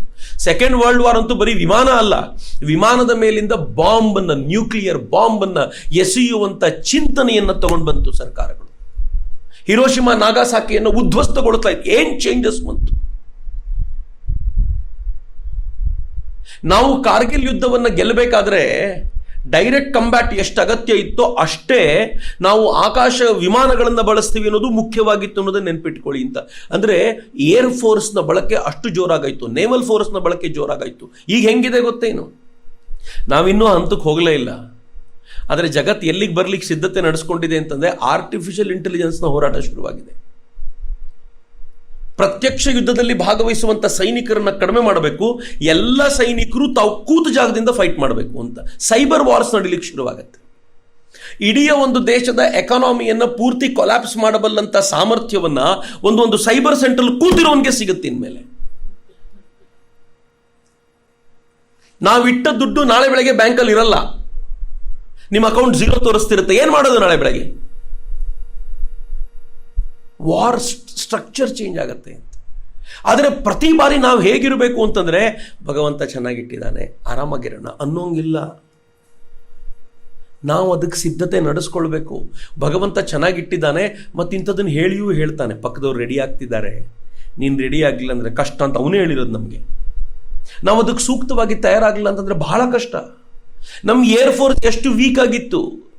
ರಫೇಲ್ಗಳು ಬಂದ ನಂತರ ನಮ್ಮ ಪೈಲಟ್ಗೆ ಒಂದು ಹೆಮ್ಮೆ ಇದೆ, ಈಗ ಯಾರನ್ನು ಬೇಕಿದ್ರು ಅಟ್ಯಾಕ್ ಮಾಡಬಹುದು. ನಮ್ಗೆ ಇವತ್ತೊಂದು ಹೆಮ್ಮೆ ಯಾಕಿದೆ ಅಂತಂದ್ರೆ ನಾವು ಆ ಸಮರ್ಥವಾಗಿರುವಂಥ ಶಕ್ತಿಯನ್ನು ಬಳಸ್ಕೊಳ್ಳಿಕ್ಕೆ ಸಾಧ್ಯ ಆಗುತ್ತೆ. ಬಟ್ ಸ್ಟಿಲ್ ಸಾಕಾಗಲ್ಲ.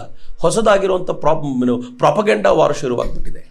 ಪ್ರಾಪಗೆಂಡಾ ವಾರ್ ಹೆಂಗಿದೆ ಅಂತಂದ್ರೆ, ಒಬ್ಬ ಮುಸಲ್ಮಾನನನ್ನ ದನದ ಮಾಂಸ ಮನೆಯಲ್ಲಿ ಇಟ್ಕೊಂಡಿದ್ದ ಅನ್ನುವಂಥ ಕಾರಣಕ್ಕೆ ಲಿಂಚ್ ಮಾಡಿದ್ರು ಅಂತ ಸುಳ್ಳು ಸುದ್ದಿ ಹಬ್ಬಿಸಿದ್ರು. ಇಡೀ ದೇಶ, ಇಡೀ ಜಗತ್ತು ಪ್ರತಿಕ್ರಿಯಿಸ್ತು ಅದಕ್ಕೆ. ಒಬ್ಬ ಟೇಲರ್ನ ಹತ್ಯೆ ಮಾಡಿದ್ರು, ಹಾಡಾಗಲೆ ಕತ್ತು ಕೊಯ್ದ್ರು, ವಿಡಿಯೋ ಮಾಡಿದ್ರು ಅಂತ ಕೇಳಿದ್ರೆ ಜಗತ್ತು ಹೇಳುತ್ತೆ ಹಿಂಗೆ ಆಗತ್ತೆ, ತಲೆ ಕೆಡಿಸ್ಕೊಳ್ಬೇಡಿ ಅದಕ್ಕೆ. This is propaganda. ಈ ಪ್ರಾಪಗೆಂಡಾ ವಾರ್ ಎಲ್ಲಕ್ಕಿಂತಲೂ ಜೋರಾಗಿ ನಡೀತಿದೆ. ನಮಗಿನ್ನೂ ಅರ್ಥ ಆಗ್ತಿಲ್ಲ ಎಲ್ಲಿವರೆಗೂ ಆಗಿದೆ ಅಂತಂದರೆ, ಈ ಪ್ರಾಪಗೆಂಡಾ ವಾರ್ನಲ್ಲಿ ನಾವು ಎಷ್ಟು ಹಿಂದಕ್ಕೆ ಬಿದ್ದಿದ್ದೀವಿ ಅಂತಂದರೆ, ಇವತ್ತಿನ ದಿನಮಾನಗಳಲ್ಲಂತೂ ಇನ್ನೂ ಕಷ್ಟ. ಇವತ್ತು ನಾನು ಬರಬೇಕಾದ್ರೆ ಒಂದು ಸುದ್ದಿ ನೋಡ್ಕೊಂಡು ಬಂದಿದ್ದೀನಿ. ಸುದ್ದಿ ಏನು ಅಂತಂದರೆ, ಜರ್ಮನಿ ಭಾರತಕ್ಕೆ ಎಚ್ಚರಿಕೆ ಕೊಟ್ಟಿದೆ. ಏನು ಎಚ್ಚರಿಕೆ ಕೊಟ್ಟಿದೆ ಅಂತಂದರೆ, ನೀವು ಮೊಹಮ್ಮದ್ ಜುಬೇರ್ನ ಯಾರು ಭಾರತ ಸರ್ಕಾರದ ವಿರುದ್ಧ ಸುಳ್ಳು ಸುದ್ದಿಗಳನ್ನು ಹಬ್ಬಿಸ್ತಾ ಹಿಂದೂಗಳು ಮತ್ತು ಮುಸಲ್ಮಾನರು ಕಿತ್ತಾಡ್ಲಿಕ್ಕೆ ಬೇಕಾಗಿರುವಂಥ ಮೆಟೀರಿಯಲ್ಗಳನ್ನು ಪ್ರೊವೈಡ್ ಮಾಡ್ತಿದ್ನೋ, ಆ ಮೊಹಮ್ಮದ್ ಜುಬೇರ್ನ ನೀವು ಅರೆಸ್ಟ್ ಮಾಡಿರೋದನ್ನು ಜರ್ಮನಿ ಗಮನಿಸ್ತಾ ಇದೆ. ಫ್ರೀ ಪ್ರೆಸ್ಸಿಗೆ ಅವಕಾಶ ಕೊಡಲಿಲ್ಲ ಅಂತಂದರೆ ಸ್ಟ್ರಿಕ್ಟ್ ಆಗಿರುವಂಥ ಆ್ಯಕ್ಷನ್ ತಗೊಳ್ಬೇಕಾಗತ್ತೆ ಅಂತ ಜರ್ಮನಿ ಹೇಳ್ತಿದೆ. ಯಾವನ್ರಿ ಅವನು ಮೊಹಮ್ಮದ್ ಜುಬೇರು? ನಾನು ಜರ್ನಲಿಸ್ಟ್ ಅಲ್ಲ ಅಂತ ಅವನೇ ಹೇಳ್ಕೊಂಡಿದ್ದಾನೆ ಒಂದು ಟ್ವೀಟಲ್ಲಿ. ಇಲ್ಲ, ನೀನು ಜರ್ನಲಿಸ್ಟು ಅಂತ ಜಗತ್ತೆಲ್ಲ ಹೇಳ್ತಿದೆ ಇವತ್ತು. ಅವನಿಗೆ ಫಂಡ್ ಮಾಡಲಿಕ್ಕೆ ನಮ್ಮವರೆಲ್ಲ. ಯಾಕೆಂದ್ರೆ ಇವರಿಗೆ ಜಾಗತಿಕ ಮಟ್ಟದ ವೇದಿಕೆ ಬೇಕು ಅಂತಂದ್ರೆ ಅವನಿಗೆ ಫಂಡ್ ಮಾಡಬೇಕು ಅಂತ. ಪ್ರಾಪಗೆಂಡಾ ವಾರ್ ಹೆಂಗಿದೆ ಅಂತಂದ್ರೆ, ನಾವು ಈ ಪರ್ಸೆಪ್ಷನ್ ಅಲ್ಲಿ ಸೋತ್ವಿ ಅಂತಂದ್ರೆ, ಈ ಪರ್ಸೆಪ್ಷನ್ ವಾರ್ ಅಲ್ಲಿ ಸೋತ್ವಿ ಅಂತಂದ್ರೆ ಯಾವ ರಾಜ ಇದ್ರೂ ಏನು ಮಾಡ್ಕೊಳ್ಳಿಕ್ಕಾಗಲ್ಲ ಅಂತ. ಆರ್ಯಾವರ್ತ ಪ್ರಜ್ಞೆ ಬೇಕಾಗೋದು ಇಲ್ಲಿ ಅಂತ. ನಾನು ನಿಮ್ಮ ಹತ್ರ ಏನು ಹಂಚ್ಕೊಳ್ತಿದ್ದೀನಲ್ಲ, ಇದು ಶುರುವಾಗಿದೆ ಅಷ್ಟೇ. ಇನ್ನು 2 ವರ್ಷಗಳ ಕಾಲ ಇಂಥ ಭೀಕರ ಸಂಗತಿಗಳನ್ನು ನೀವು ನೋಡ್ತೀರಾ. ಯಾಕೆ ಅಂತಂದ್ರೆ, ಈ ದೇಶದಲ್ಲಿರುವಂಥ ನ್ಯಾಷನಲಿಸ್ಟ್ ಲೀಡರ್ನ ತೆಗೆದುಹಾಕಬೇಕು ಅಂತ George Soros world economic forum ಅಲ್ಲಿ ಹೇಳಿದ್ದ. ಜಗತ್ತಿನ ಎಲ್ಲ ನ್ಯಾಷನಲಿಸ್ಟ್ ಲೀಡರ್ಗಳನ್ನ ಕಿತ್ತೆಸೆಯೋದೇ ನನ್ನ ಗುರಿ ಅಂತ. Especially India. ಟ್ರಂಪ್ನ ಕಿತ್ತಾಕಿದ್ರು, ಬೋರಿಸ್ ಜಾನ್ಸನ್ ಹೋದ, ನೆತನ್ಯಾಹುದ ಕತೆ ಮುಗಿತು, ಅವರು ಪುತಿನನ್ನ ನ್ಯೂಟ್ರಲ್ ಮಾಡಿದ್ರು. ಇನ್ನು ಉಳಿದಿರೋ ಜಗತ್ನಲ್ಲಿ ಏಕೈಕ ಲೀಡರ್ ಇಷ್ಟು ಸ್ಟ್ರಾಂಗ್ ಆಗಿ ವರ್ಕ್ ಮಾಡ್ತಿರೋದು ಅದು ನರೇಂದ್ರ ಮೋದಿ ಮಾತ್ರ. ತೆಗಿಬೇಕು ಅವನನ್ನ ಅಂತ. ಇಲ್ಲ ಅಂತಂದ್ರೆ ಇಷ್ಟು ದಿನ ಇಲ್ಲದೆ ಇರುವಂಥ ಈ ಗಲಾಟೆಗಳು ಏಕಾಏಕಿ ಹೆಂಗೆ ಬಂತು ಯೋಚನೆ ಮಾಡಿದ್ದೀರೇನು?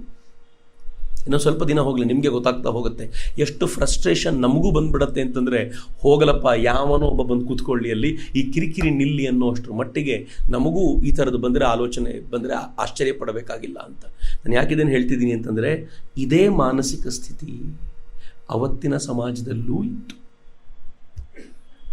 ನಾವು ಹೆಂಗಾದ್ವಿ ಅಂತಂದರೆ, ನಾನು ಚೆನ್ನಾಗಿದ್ದರೆ ಆಯಿತು, ಅವರೆಲ್ಲ ಹೆಂಗಾದರೂ ಹಾಳಾಗೋಗ್ಲಿ ಅಂತ. ನಾನೊಬ್ಬ ಚೆನ್ನಾಗಿದ್ದರೆ ಸಾಕು, ನನ್ನ ಫ್ಯಾಮಿಲಿ ಚೆನ್ನಾಗಿದ್ದರೆ ಸಾಕು ಅಂತ ನಾವೆಲ್ಲ ಅಂದ್ಕೊಂಡು ಕೂತಿದ್ರಿಂದಾನೆ ನಾವು ಹೇಗಿದ್ವೋ ನಮ್ಮ ನಾಳುವ ರಾಜ ಹಂಗಿದ್ದ, ಅಥವಾ ರಾಜ ಹೆಂಗಾದ್ನೋ ನಾವು ಹಂಗಾದ್ವಿ. ಹೀಗಾಗಿ ನಮ್ಮನ್ನು ಸುಲಭಕ್ಕೆ ಆಹುತಿಯಾಗಿ ಬಂದವರೆಲ್ಲ ತಗೊಂಡ್ಬಿಟ್ರು. ಹೀಗಾಗಿಯೇ ಒಂದು ಹಂತದ ನಂತರ ಈ ಪ್ರಜ್ಞೆ ನಮ್ಮಲ್ಲಿ ಕಡಿಮೆ ಆಗ್ತಾ ಹೋಯ್ತು ಅಂತ ನನಗನ್ಸುತ್ತೆ. ಆದರೆ ನಾವು ಇವರನ್ನು ಅರ್ಥ ಮಾಡ್ಕೊಳ್ಳೋದ್ರಲ್ಲಿ ಸೋತ್ವಿ ಅಂತ ನನಗೆ ಈಗಲೂ ಅನ್ಸುತ್ತೆ. ಚೈನಾನ ಅರ್ಥ ಮಾಡ್ಕೊಳ್ಳೋದ್ರಲ್ಲಿ ನಾವು ಸೋತಿದ್ದೀವಿ, ಪಾಕಿಸ್ತಾನನ ಅರ್ಥ ಮಾಡ್ಕೊಳ್ಳೋದ್ರಲ್ಲಿ ಸೋತ್ವಿ. ಈ ದೇಶದ ಪ್ರಧಾನಿಯಾಗಿದ್ದ ಅಟಲ್ ಬಿಹಾರಿ ವಾಜಪೇಯಿ ಹಿಂದೂ ಮುಸ್ಲಿಂ ಬಾಯಿ ಅಂತ ಪಾಕಿಸ್ತಾನಕ್ಕೆ ಹೋದರು. ಏನು ಟ್ರೈನ್ ಬಿಟ್ಟರು, ಬಸ್ ಬಿಟ್ಟರು, ನಮಗೂ ಖುಷಿ, ವಾ ಏನು ಚೆನ್ನಾಗಿದೆ ಅಂತ. ಬಟ್ ವಾಪಸ್ ಕಾರ್ಗಿಲ್ ಆದಾಗಲೇ ಗೊತ್ತು ನಮಗೂ ಹಿಂಗೂ ಆಗತ್ತೆ ಅಂತ. ಎಷ್ಟು ಚೆನ್ನಾಗಿ ಬೆನ್ನಿಗೆ ಚೂರಿ ಹಾಕ್ಬಿಟ್ರು, ಗೊತ್ತೇ ಆಗಲಿಲ್ಲ. ಚೀನಾ, ನಾವು ಎದುರುಗಡೆ ವಾರ್ ಮಾಡ್ತೀವಿ ಅಂದ್ಕೊಳ್ತೀವಿ, ಎದುರುಗಡೆ ಅಲ್ಲ, ಚೀನಾ ವಾರ್ ಮಾಡೋ ಸ್ಟೈಲೇ ಬೇರೆ. ಸ್ವಲ್ಪ ಸೂಕ್ಷ್ಮವಾಗಿ ಗಮನಿಸಿ. ಮನೆಗೆ ಹೋದ ನಂತರ ವಿವೋ ಅನ್ನೋವಂಥ ಒಂದು ಮೊಬೈಲ್ ಕಂಪನಿ ಇತ್ತು. ನಾವು ಮೊಬೈಲ್ ಕೊಂಡ್ಕೊಂಡಿದ್ದೆ ಅತ್ಯಂತ ಕಡಿಮೆ ಬೆಲೆಗೆ ಕೊಡ್ತಾ ಇದ್ರು. ಅವರಿಗೆ ವಿವೋ ಮೊಬೈಲ್ ಮಾರಾಟ ಮಾಡಿ ದುಡ್ಡು ಸಂಪಾದಿಸಬೇಕಾಗಿರಲಿಲ್ಲ. ಇಲ್ಲಿ ಆ ವಿವೋ ಕಂಪನಿಯನ್ನು ಬಳಸಿ ಮನಿ ಲಾಂಡ್ರಿಂಗ್ ಕೆಲಸ ಮಾಡ್ತಿದ್ರು. ವಿವೋ ಕಂಪನಿಯನ್ನು ಬಳಸಿ ಆ ಕಂಪನಿಯ ಮೂಲಕ ಅನೇಕ ಏಜೆಂಟ್ಗಳನ್ನು ಭಾರತಕ್ಕೆ ಬಿಡ್ಲಿಕ್ಕೆ ಸಾಧ್ಯ ಆಗ್ತಿತ್ತು ಅವರಿಗೆ. ನಾನು ಇವತ್ತಿನ ಬೆಳಗಿನ ರಿಪೋರ್ಟ್ ಓದ್ತಾ ಗಾಬರಿ ಇದೆ. 45,000 ಕೋಟಿ ರೂಪಾಯಿ ಮನಿ ಲಾಂಡ್ರಿಂಗ್ ನಡೆದಿದೆ ಅಂತ ವಿವೋ ಕಂಪನಿಯ ಮೂಲಕ. 45,000 crores, ಕರ್ನಾಟಕದ ಬಜೆಟ್ನ ಕಾಲ್ಭಾಗ. ಒಂದು ಕಂಪನಿ ವಾರ್ ನಡೆಸೋ ಸ್ಟೈಲ್ ನೋಡಿ. ನಾವು ಅರ್ಥ ಮಾಡ್ಕೊಳ್ಳೋದ್ರಲ್ಲಿ ಸೋತಿದ್ದೀವಿ ಅಂತ ಅದಕ್ಕೆ ಹೇಳೋದು ನಾನು. ನಾವು ಎಷ್ಟರ ಮಟ್ಟಿಗೆ ವೀಕ್ ಆಗಿದ್ದೀವಿ ಅಂದರೆ ಇವರನ್ನ ಇನ್ನೂ ಸೂಕ್ಷ್ಮವಾಗಿ ಅರ್ಥ ಮಾಡ್ಕೊಳ್ಬೇಕಾಗಿದೆ ಅಂತ. ಈ ದೃಷ್ಟಿ ಅವತ್ತಿನ ಜನರಲ್ಲೂ ಕೊರತೆ ಇತ್ತು ಅಂತ. ಸುಮ್ಮನೆ ಅವರ ಭಾವನೆಗಳನ್ನು ಹೇಳೋದಾದರೆ, ಅವತ್ತಿನ ದಿನದಲ್ಲಿ ಇಸ್ಲಾಂ ವರ್ಲ್ಡ್ ಹೇಗಿತ್ತು ಅಂತಂದರೆ, ಅರಬ್ ವರ್ಲ್ಡ್, ತುರ್ಕಿಶ್ ವರ್ಲ್ಡ್ ಹೇಗಿತ್ತು ಅಂತಂದರೆ, ಅದೊಂಥರ ಅಗ್ರೆಸಿವ್ ಮೂಡಿನ ಜನ. ನಮ್ದ್ರಲ್ಲಿ ಈಗಲೂ ಏನು ಕಡಿಮೆ ಇಲ್ಲ ಅವರು. ನಮ್ದ್ರಲ್ಲಿ ಒಬ್ಬನೇ ಮಗ. ಈಗ ಈ ಒಬ್ಬನೇ ಮಗನನ್ನು ಹೆಂಗೆ ಬೆಳೆಸ್ತೀವಿ ಅಂತಂದರೆ, ನನ್ನ ನಂತರ ನನ್ನ ಆಸ್ತಿ ನಿಂದೆ, ಈ ಮನೆ ನೀನೇ ನೋಡ್ಕೋಬೇಕು, ಈ ಫ್ಯಾಕ್ಟ್ರಿ ನೀನೇ ನೋಡ್ಕೋಬೇಕು, ಹಿಂಗೆ ಏನು ಬೆಳೆಸೋದು ಅವನನ್ನು. ಕೆಲವರಂತೂ ಇವ್ರ ಫ್ಯಾಕ್ಟ್ರಿ ಏನು ಮಾಡ್ತಾರೋ ಅದಕ್ಕೆ ಬೇಕಾಗಿರುವಂಥ ಟ್ರೈನಿಂಗ್ಗೆ ಅವನನ್ನು ಕೊಟ್ಟು ಅವನಿಗೆಲ್ಲ ಬೇಕಾಗಿರುವ ರೀತಿಯಲ್ಲಿ ನಾವು ತಯಾರು ಮಾಡೋದೇ ಹಾಗೆ. ಆದರೆ ಅವ್ರದ್ರಲ್ಲಿ ಅವ್ರಿಗೊಂದು 14-15 ಮಕ್ಕಳು, 15-20 ಮಕ್ಕಳು ಇರ್ತಿದ್ರಲ್ಲ, ಯಾರಿಗೂ ನನ್ನ ನಂತರ ಅಧಿಕಾರ ನಿನಗೆ ಅಂತ ಹೇಳ್ತಿರ್ಲಿಲ್ಲ. ಪ್ರತಿಯೊಬ್ಬರಿಗೂ ನಿಮ್ಮಲ್ಲಿ ಎಲ್ರಿಗೂ ಸಾಮರ್ಥ್ಯ ಇದೆ ಅಂತಾನೆ ಬೆಳೆಸ್ತಿದ್ರು.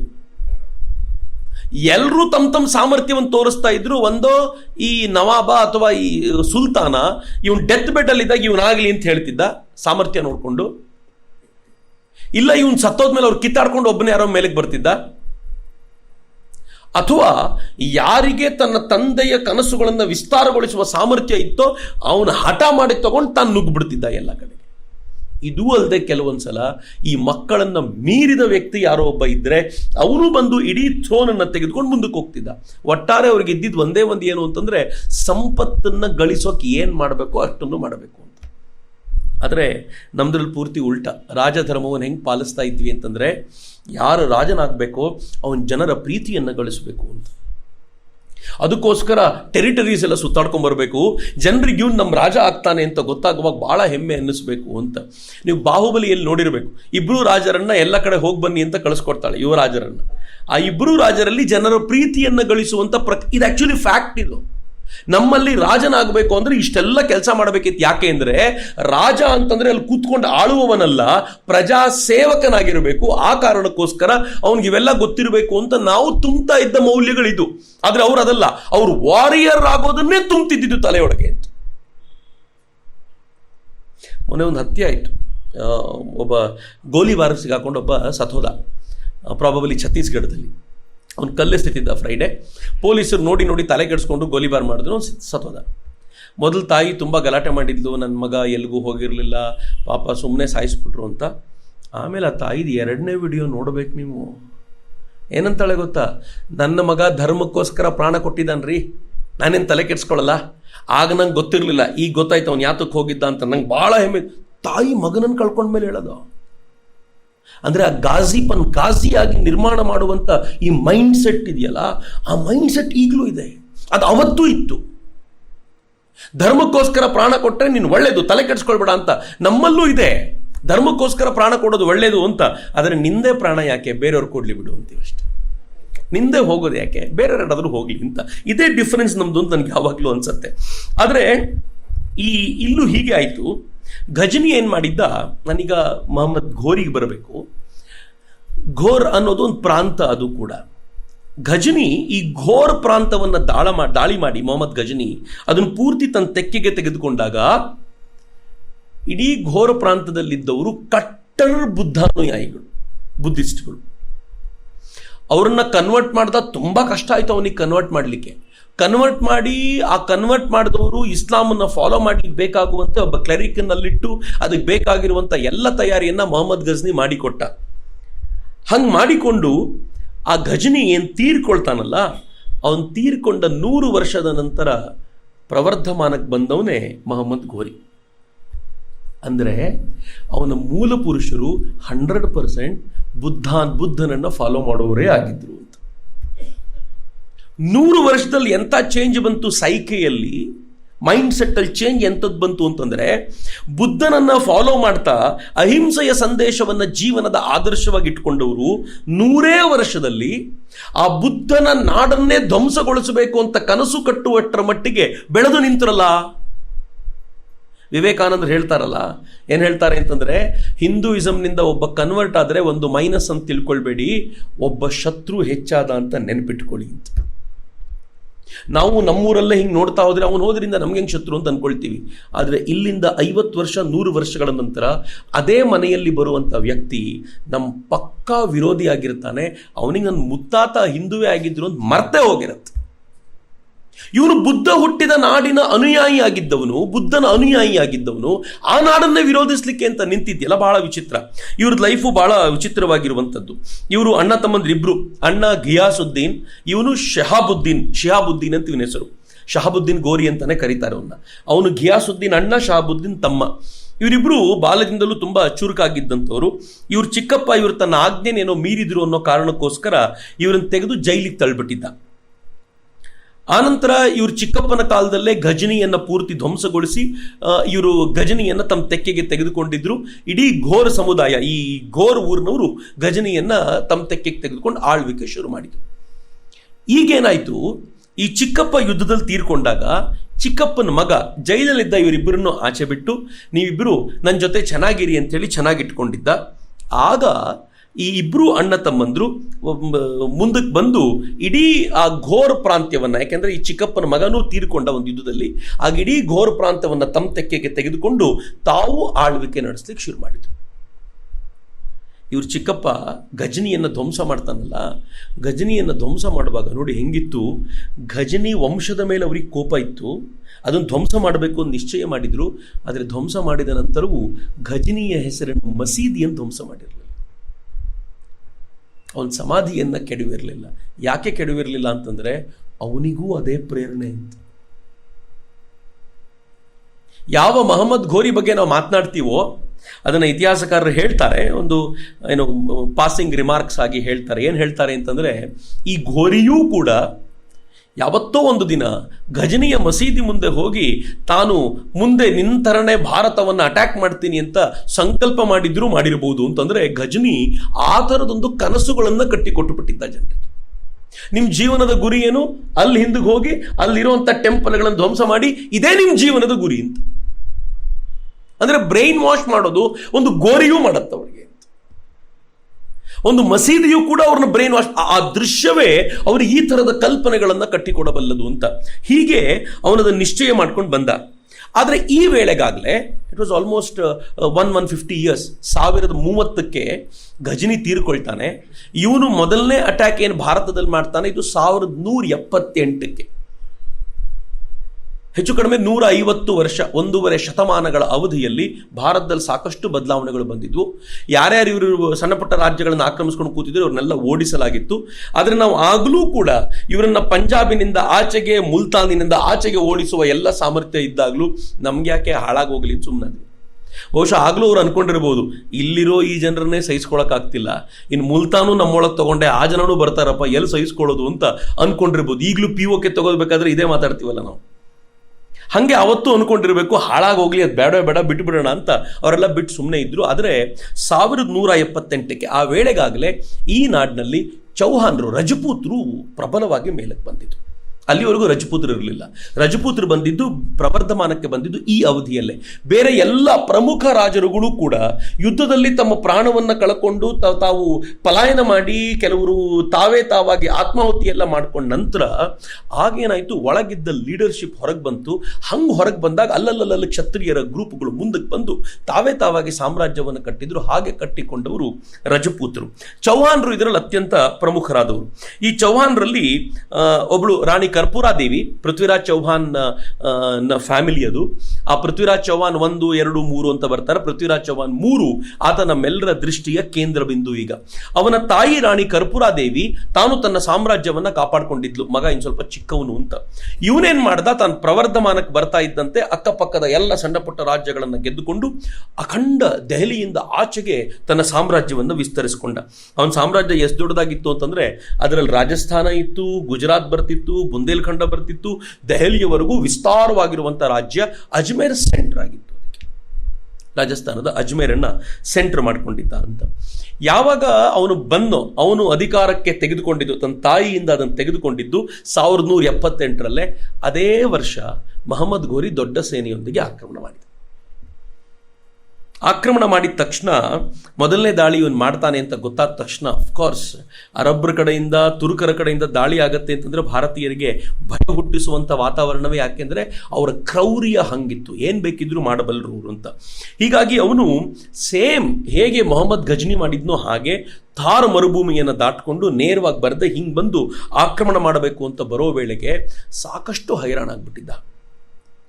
ತಕ್ಷಣ ಪೃಥ್ವಿರಾಜ ಏನು ಮಾಡಿದ, ಅವನು ಬರುವಾಗ ನಾನು ಮುಂಚಿತವಾಗಿ ಸೇನೆ ತೆಗೆದುಕೊಂಡೋಗಿ ಆಕ್ರಮಣ ಮಾಡಬೇಕು ಅಂತಂದಾಗ ಅವನ ತುಂಬ ಬುದ್ಧಿವಂತರಾಗಿರುವಂಥ ಒಬ್ಬ ಮಂತ್ರಿ ಹೇಳಿದ, ಆಕ್ರಮಣ ನಾವೇ ಮಾಡೋದು ಬೇಡ, ಅವನಿಗೆ ನೇಣು ಹಾಕ್ಕೊಳ್ಳಿಕ್ಕೆ ಸ್ವಲ್ಪ ಉದ್ದ ಹಗ್ಗ ಕೊಡೋಣ, ಸ್ವಲ್ಪ ಸುಮ್ಮನಿರುವಂಥ. ಪೃಥ್ವಿರಾಜ ಚೌಹಾಣ್ ಆಯಿತು ಅಂತೇಳಿ ಕಾಯ್ಕೊಂಡು ಕೂತ.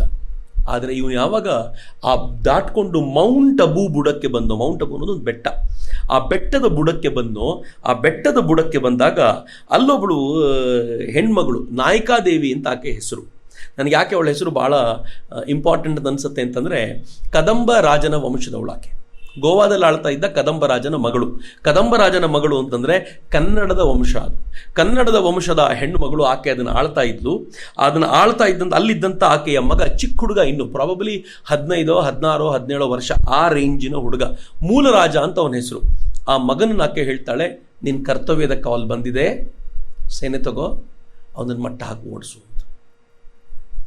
ಮೊಹಮ್ಮದ್ ಘೋರಿಯ ಎದುರಿಗೆ ನಾವು ಪಿಚಿನ್ ಮಾಡಿದ್ದು ಒಬ್ಬ 16, 17 ವರ್ಷದ ಹುಡುಗನನ್ನು. ಈ ಹುಡುಗ ಹೋದ, ತನ್ನ ಸೇನೆ ತೆಗೆದುಕೊಂಡು ಹೋದ. ಹೆಂಗೆ ದಾಳಿ ಆಯಿತು ಅಂತಂದರೆ, ಚಾಲುಕ್ಯ ವಂಶದ ಹುಡುಗ. ಅಫ್ಕೋರ್ಸ್ ಯಾಕೆ ಆ ದಾಳಿಯ ಪ್ರಖರತೆ ಅಷ್ಟಿರ್ಲಿಕ್ಕೆ ಸಾಧ್ಯ ಇದೆ ಅಂತಂದರೆ, ಅರಬ್ಬರು ದಾಳಿ ಮಾಡಿದಾಗಲೆಲ್ಲವೂ ಕೂಡ ಭಾರತಕ್ಕೆ ಸೋಮನಾಥ ಧ್ವಂಸ ಆಗಿದ್ದು ನೆನಪಾಗ್ತಿತ್ತಲ್ಲ, ಪ್ರತಿಯೊಬ್ಬನೂ ರೊಚ್ಚಿಗೆ ಹೇಳ್ತಿದ್ದ. ಗುಜರಾತಿನ ಪ್ರತಿಯೊಬ್ಬನಿಗೂ ಸೋಮನಾಥ ಅಂತಂದರೆ ಅತ್ಯಂತ ಪ್ರಮುಖವಾದ ಜಾಗ. ಅದನ್ನು ಧ್ವಂಸಗೊಳಿಸಿದ್ದನ್ನು ಕಂಡಾಗ ರೊಚ್ಚಿಗೆ ಹೇಳೋದು ಸಹಜ. ಹೀಗಾಗಿ ಅವರೆಲ್ಲರೂ ಯಾವ ಪರಿ ಕಾದಾಟ ಮಾಡಿದ್ರು ಅಂತಂದರೆ, ಮರುಭೂಮಿಯಿಂದ ದಾಟ್ಕೊಂಡು ಬಂದಿದ್ದಂಥ ಘೋರಿಯ ಸೇನೆ ಆಗಲೇ ಸುಸ್ತಾಗಿತ್ತು. ಇವನು ಇನ್ನೂ ಕೆಟ್ಟದಾಗಿ ಬುಚರಿಂಗ್ ಮಾಡಿ ಅವ್ರನ್ನ ಸ್ಲಾಟರ್ ಮಾಡಿ ಓಡಿಸ್ದ. ಇವನು ಇದ್ನೋ ಬಿದ್ನೋ ಅಂತ ಅತ್ಯಂತ ಕೆಟ್ಟದ್ದಾಗಿ ಮೊಹಮ್ಮದ್ ಘೋರಿ ಪಲಾಯನ ಮಾಡಿದ. ಮೊಹಮ್ಮದ್ ಘೋರಿಗೆ ಜೀವಮಾನದ ನರಕ ಅದು. ಯಾಕೆ ಅಂತಂದರೆ 14-15 ವರ್ಷದ ಹುಡುಗನ ಎದುರಿಗೆ ತಾನು ಪಲಾಯನ ಮಾಡಬೇಕಾದ ಸ್ಥಿತಿ ಬಂತಲ್ಲ, ತನ್ನ ಇಡೀ ಪೂರ್ವಜರಿಗೆ ತಾನು ಮಾಡಿದ ಅವಮಾನ ಅಂತ ಅವನಿಗೆ. ಆದರೆ ಮುಂದಿನ 12 ವರ್ಷಗಳ ಕಾಲ ಅವನು ಹಿಂದ ಮೇಲೆ ತಲೆ ಹಾಕಿ ಮಲಗಲಿಲ್ಲ. ಆ ಆಕ್ರೋಶ ಇತ್ತಲ್ಲ ಅವನಿಗೆ, ಆ ಕುದಿ ಹೆಂಗಿತ್ತು ಅಂತಂದರೆ, ಅವನು ಅದರ ನಡುವೆನೇ ಪೇಶಾವರ್ನ ವಶಪಡಿಸ್ಕೊಂಡ, ಲಾಹೋರ್ನ ವಶಪಡಿಸ್ಕೊಂಡ, ಸಿಯಾಲ್ಕೋಟನ್ನು ವಶಪಡಿಸ್ಕೊಂಡ, ಯಾವುದ್ಯಾವುದನ್ನು ತಮ್ಮಿಂದ ಕಿತ್ಕೊಳ್ಳಲಾಗಿತ್ತೋ ಆ ಭಾಗವನ್ನೆಲ್ಲ ಒಂದೊಂದಾಗಿ ವಶಪಡಿಸ್ಕೊಂಡ. ಆಗಲೂ ಈ ನಾಡಿನ ಪ್ರಮುಖ ರಾಜರುಗಳು ಅವನಿಗೊಂದು ಪಾಠ ಕಲಿಸ್ಬೇಕು ಅಂತ ಅಲ್ಲೇ ಹೋಗಿ ಗುದ್ದಲಿಲ್ಲ ಅವನನ್ನು ಅಂತ. ನಾವೇನು ಅಂದ್ಕೊಂಡ್ವಿ, ಬಾರ್ಡರ್ ಏರಿಯಾಸು ಹೋದ್ರೂ ಹೋಗಲಿ, ನಾವು ಸೆಂಟ್ರಲ್ ಚೆನ್ನಾಗಿರೋಣ ಅಂದ್ಕೊಂಡು ಇವರು ಆರಾಮಾಗಿದ್ದರು. ಆದರೆ ಅಷ್ಟರಲ್ಲೇ ಸುಮ್ಮನಿರುವಂಥ ವ್ಯಕ್ತಿತ್ವ ಒಂದು ಆಗಿರಲಿಲ್ಲ. ಅವನು 1191ರಲ್ಲಿ ಮತ್ತೊಂದು ಸೇನೆ ತೆಗೆದುಕೊಂಡು ಹೆಚ್ಚು ಕಡಿಮೆ ಸೋತ 12 ವರ್ಷಗಳ ನಂತರ ಅವನು ಸಿರ್ ಹಿಂದಿಗೆ ಬಂದ. ಪಂಜಾಬಿನ ಸಿರ್ ಹಿಂದಿಗೆ ಬಂದು ಸಿರ್ ಹಿಂದ್ ಕೋಟೆಯನ್ನು ವಶಪಡಿಸ್ಕೊಂಡ. ಯಾವಾಗ ಸಿರ್ ಹಿಂದ್ ಕೋಟೆಯನ್ನು ವಶಪಡಿಸ್ಕೊಂಡೋ, ಪೃಥ್ವಿರಾಜ ಆಗಲೂ ತಲೆ ಕೆಡಿಸ್ಕೊಳ್ಳಿಲ್ಲ. ಬಟ್ ಅದು ಪೃಥ್ವಿರಾಜನ ಟೆರಿಟರಿಯಲ್ಲಿ ಬರ್ತಿತ್ತು. ಅದೇ ಕೋಟೆಯನ್ನು ವಶಪಡಿಸ್ಕೊಂಡಿದ್ದ. ಅದು ಪೃಥ್ವಿರಾಜನಿಗೆ ನೇರ ಚಾಲೆಂಜ್ ಆಗಿತ್ತು. ಆದರೆ ಪೃಥ್ವಿರಾಜ್ ಚೌಹಾಣ್ ಹೆಂಗೆ ಮೈ ಮರೆತು ಮಲಗಿದ್ದ ಅಂತಂದರೆ, ಈ ಬಾರಿ ಅವನನ್ನು ಕಳೆದ ಬಾರಿ ಚಿಕ್ಕ ಹುಡುಗ ಅಟ್ಯಾಕ್ ಮಾಡಿದ್ದಾನೆ, ಹೀಗಾಗಿ ನಾನು ತುಂಬ ತಲೆ ಕೆಡಿಸ್ಕೊಳ್ಬೇಕಾಗಿಲ್ಲ, ಅವನು ಶಕ್ತಿಹೀನವಾಗಿರುವಂಥ ವ್ಯಕ್ತಿ ಅಂತ ಆರಾಮಾಗಿದ್ದ ಅಂತ ಅನ್ಸುತ್ತೆ. ಆದರೆ ಸಿರಿಂದಿನ ಪಕ್ಕದಲ್ಲಿದ್ದಂಥ ಒಬ್ಬ ಸಾಮಂತ ರಾಜ ಬಂದು ಪೃಥ್ವಿರಾಜನಿಗೆ ಏನು ಸಂದೇಶ ಕೊಟ್ಟ ಅಂತಂದರೆ, ಸಿರಿಹಿಂದಲ್ಲಿ ಏನು ಆಕ್ರಮಣ ಮಾಡಿದ್ದಾನೋ ಅಲ್ಲವನು ಯಾರನ್ನ ನೇಮಿಸ್ಲಿಕ್ಕೆ ಹೊರಟಿದ್ದಾನೆ, ಅವನು ಯಾವ ಪರಿ ಆತತಾಯಿ ಗುಣ ತೋರಿಸ್ತಾ ಇದ್ದಾನೆ ಅಂದರೆ, ಎಲ್ಲ ಮಂದಿರಗಳನ್ನು ಧ್ವಂಸಗೊಳಿಸ್ತಾ ಇದ್ದಾನೆ, ಹೆಣ್ಮಕ್ಕಳ ಅತ್ಯಾಚಾರ ನಡೀತಾ ಇದೆ, ರೈತರಿಂದ ವಸ್ತುಗಳನ್ನು ಕಿತ್ತುಕೊಳ್ಳಲಾಗ್ತಾ ಇದೆ, ಅಲ್ಲಿ ಬದುಕು ದುರ್ಬರವಾಗಿ ಅಲ್ಲಿದ್ದ ರಜಪೂತರು ಕೂಡ ಜಾಗ ಬಿಟ್ಟು ಓಡೋಗ್ತಾ ಇದ್ದಾರೆ, ಮುಂದೆ ನಾವು ಏನೂ ಮಾಡ್ಕೊಳ್ಳಿಕ್ಕಾಗಲ್ಲ ಆ ಜಾಗವನ್ನು, ಎಚ್ಚರಿಕೆ ಏನಾದ್ರು ತಪ್ಪಿದ್ರೆ ಅಂತ ಅಂದಾಗ ಆಗ ಚೌಹಾಣನಿಗೆ ಜಾಗೃತ ಆಯ್ತು, ಏನಾದರೂ ಮಾಡಬೇಕಲ್ಲ ಅಂತ. ಅಷ್ಟೊತ್ತಿಗೆ ತನ್ನ ನಾಡಿನಲ್ಲಿ ಸ್ವಲ್ಪ ಸಮಸ್ಯೆ ಆಗಿದೆ ಅಂತ ಮೊಹಮ್ಮದ್ ಘೋರಿ ವಾಪಸ್ ಹೋಗಬೇಕು ಅಂತ ಎಲ್ಲ ಸಿದ್ಧತೆ ಮಾಡ್ಕೊಂಡಿದ್ದ. ಇವನನ್ನು ಇಲ್ಲಿರಿಸಿ, ಸಾಮಂತನನ್ನು ಇಲ್ಲಿರಿಸಿ ನಾನು ವಾಪಸ್ ಹೋಗಬೇಕು ಅಂತ ಸಿದ್ಧತೆ ಮಾಡಿಕೊಂಡಿದ್ದ. ಆದರೆ ಈ ವೇಳೆಗೆ ಸರಿಯಾಗಿ ಪೃಥ್ವಿರಾಜ್ ಚೌಹಾಣ್ ದೊಡ್ಡ ಸೇನೆಯೊಂದಿಗೆ ಬಂದ. ಸೇನೆ ಎಷ್ಟು ದೊಡ್ಡದಿತ್ತು ಅಂತಂದರೆ 1,00,000 ಅಶ್ವಾರೋಹಿಗಳಿತ್ತು. ಇಮ್ಯಾಜಿನ್ ಮಾಡಿ, 1,00,000 ಅಶ್ವಾರೋಹಿಗಳು, ಅದು ಬಿಟ್ಟು ಕಾಲಾಳುಗಳು ಬೇರೆ, ಅದ್ರ ಜೊತೆಗೆ ಸುಮಾರೊಂದು 3,000 ಆನೆಗಳ ದಂಡು ಬಂತು. ಪೃಥ್ವಿರಾಜ್ ಚೌಹಾಣ್ ಭಾರಿ ದೊಡ್ಡ ಸೈನ್ಯ.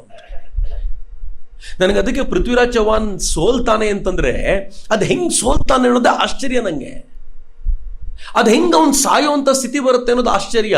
ಅಂದರೆ ನಾವು ಎಷ್ಟು ಮೂರ್ಖತನದಿಂದ ಬಿಹೇವ್ ಮಾಡಿದ್ವಿ ಅನ್ನೋದು ಗೊತ್ತಾಗುತ್ತೆ. ನಾನು ಹೇಳ್ತೀನಿ ನಿಮ್ಮ ಮುಂದೆ. ಆದರೆ ಈ ಯುದ್ಧ ಮಾತ್ರ ಹೆಂಗಿತ್ತು ಅಂತಂದರೆ, ಅವನ ಹತ್ರ 1,00,000 ಅಶ್ವದಳ, 3,000 ಆನೆಗಳನ್ನು ಹೊತ್ತಂತವ್ರು ಬಂದಿದ್ರು. ಮಹಮ್ಮದ್ ಘೋರಿ ಪೃಥ್ವಿರಾಜ್ ಚೌಹಾಣನ ಈ ವೇಗವನ್ನು ಗಮನಿಸಿ ಗಾಬರಿ ಆಗ್ಬಿಟ್ಟ. ವಾಪಸ್ ಹೋಗಬೇಕು ಅಂತಿದ್ದೊಂದು ತಿರುಗಿಬಿಟ್ಟ. ಇಲ್ಲ, ನಾನು ವಾಪಸ್ ಹೋಗಲ್ಲ, ಯುದ್ಧ ಮಾಡಿಯೇ ಹೋಗ್ತೀನಿ ಅಂತ. ಈ ಅಟ್ಯಾಕಿಗೆ ಅಂತ ಅವ್ನು ನಿಂತಾಗ ತರೈನ್ ಅನ್ನುವಂಥ ಜಾಗದಲ್ಲಿ ಆ ಯುದ್ಧ ಆರಂಭ ಆಯಿತು. ಯುದ್ಧ ಆರಂಭ ಆದಾಗ ಜೊತೆಲಿದ್ದವ್ರು ಹೇಳಿದರು, ಸೈನ್ಯ ತುಂಬ ದೊಡ್ಡದಿದೆ ಅವ್ರದ್ದು, ನಮ್ಮ ಹತ್ರ ಅಷ್ಟು ದೊಡ್ಡ ಸೇನೆ ಇಲ್ಲ, ನಾವು ರಿಟ್ರೀಟ್ ಆಗೋದು ಒಳ್ಳೆಯದು ಅಂತ. ಬ್ರಿಲಿಯನ್ಸಿ ಅದು, ನಾವು ಫೈಟ್ ಮಾಡಬಾರ್ದು ಅಂತ.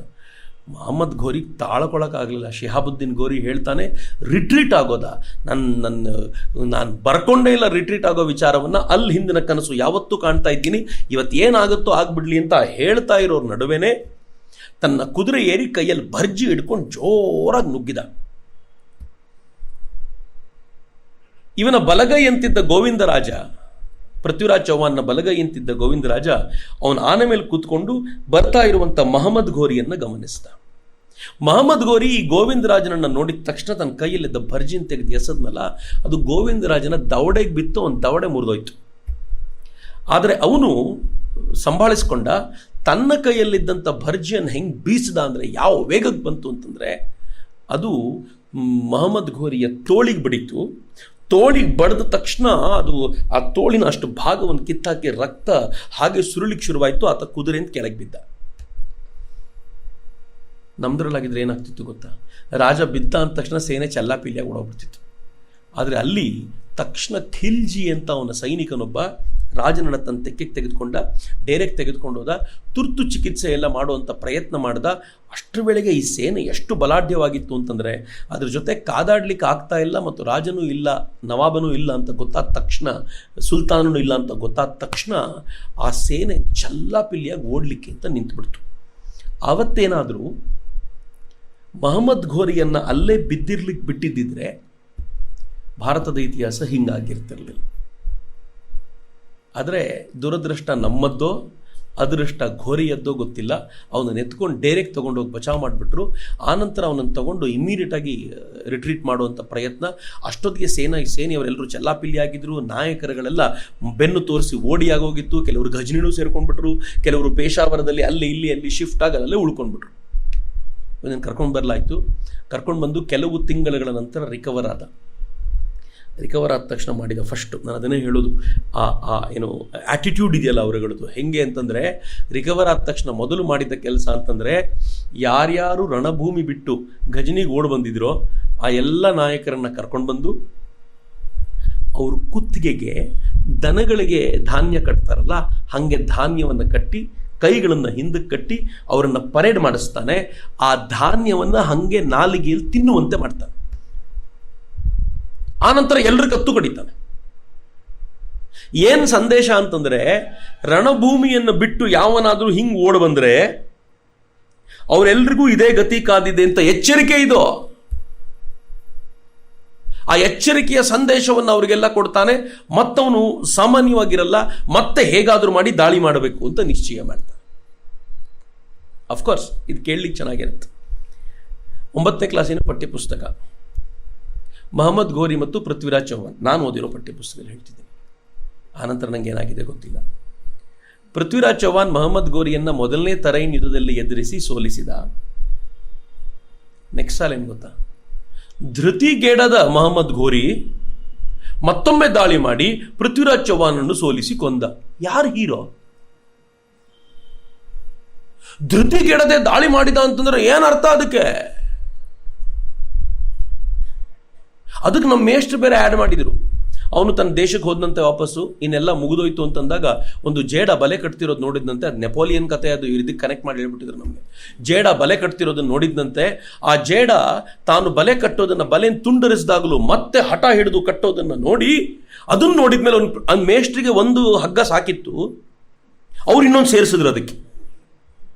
ನಮ್ಗೇನು ಅನಿಸು ಅಂದ್ರೆ, ವಾ ಏನು ಲೀಡ್ರಪ್ಪ ಘೋರಿ, ಧೃತಿಗೆಡದಿದ್ದ. ಯಾಕೆ ಟೆಕ್ಸ್ಟ್ ಬುಕ್ ಚೇಂಜ್ ಆಗಬೇಕು ಅಂದ್ರೆ ಇದೇ ಕಾರಣಕ್ಕೆ.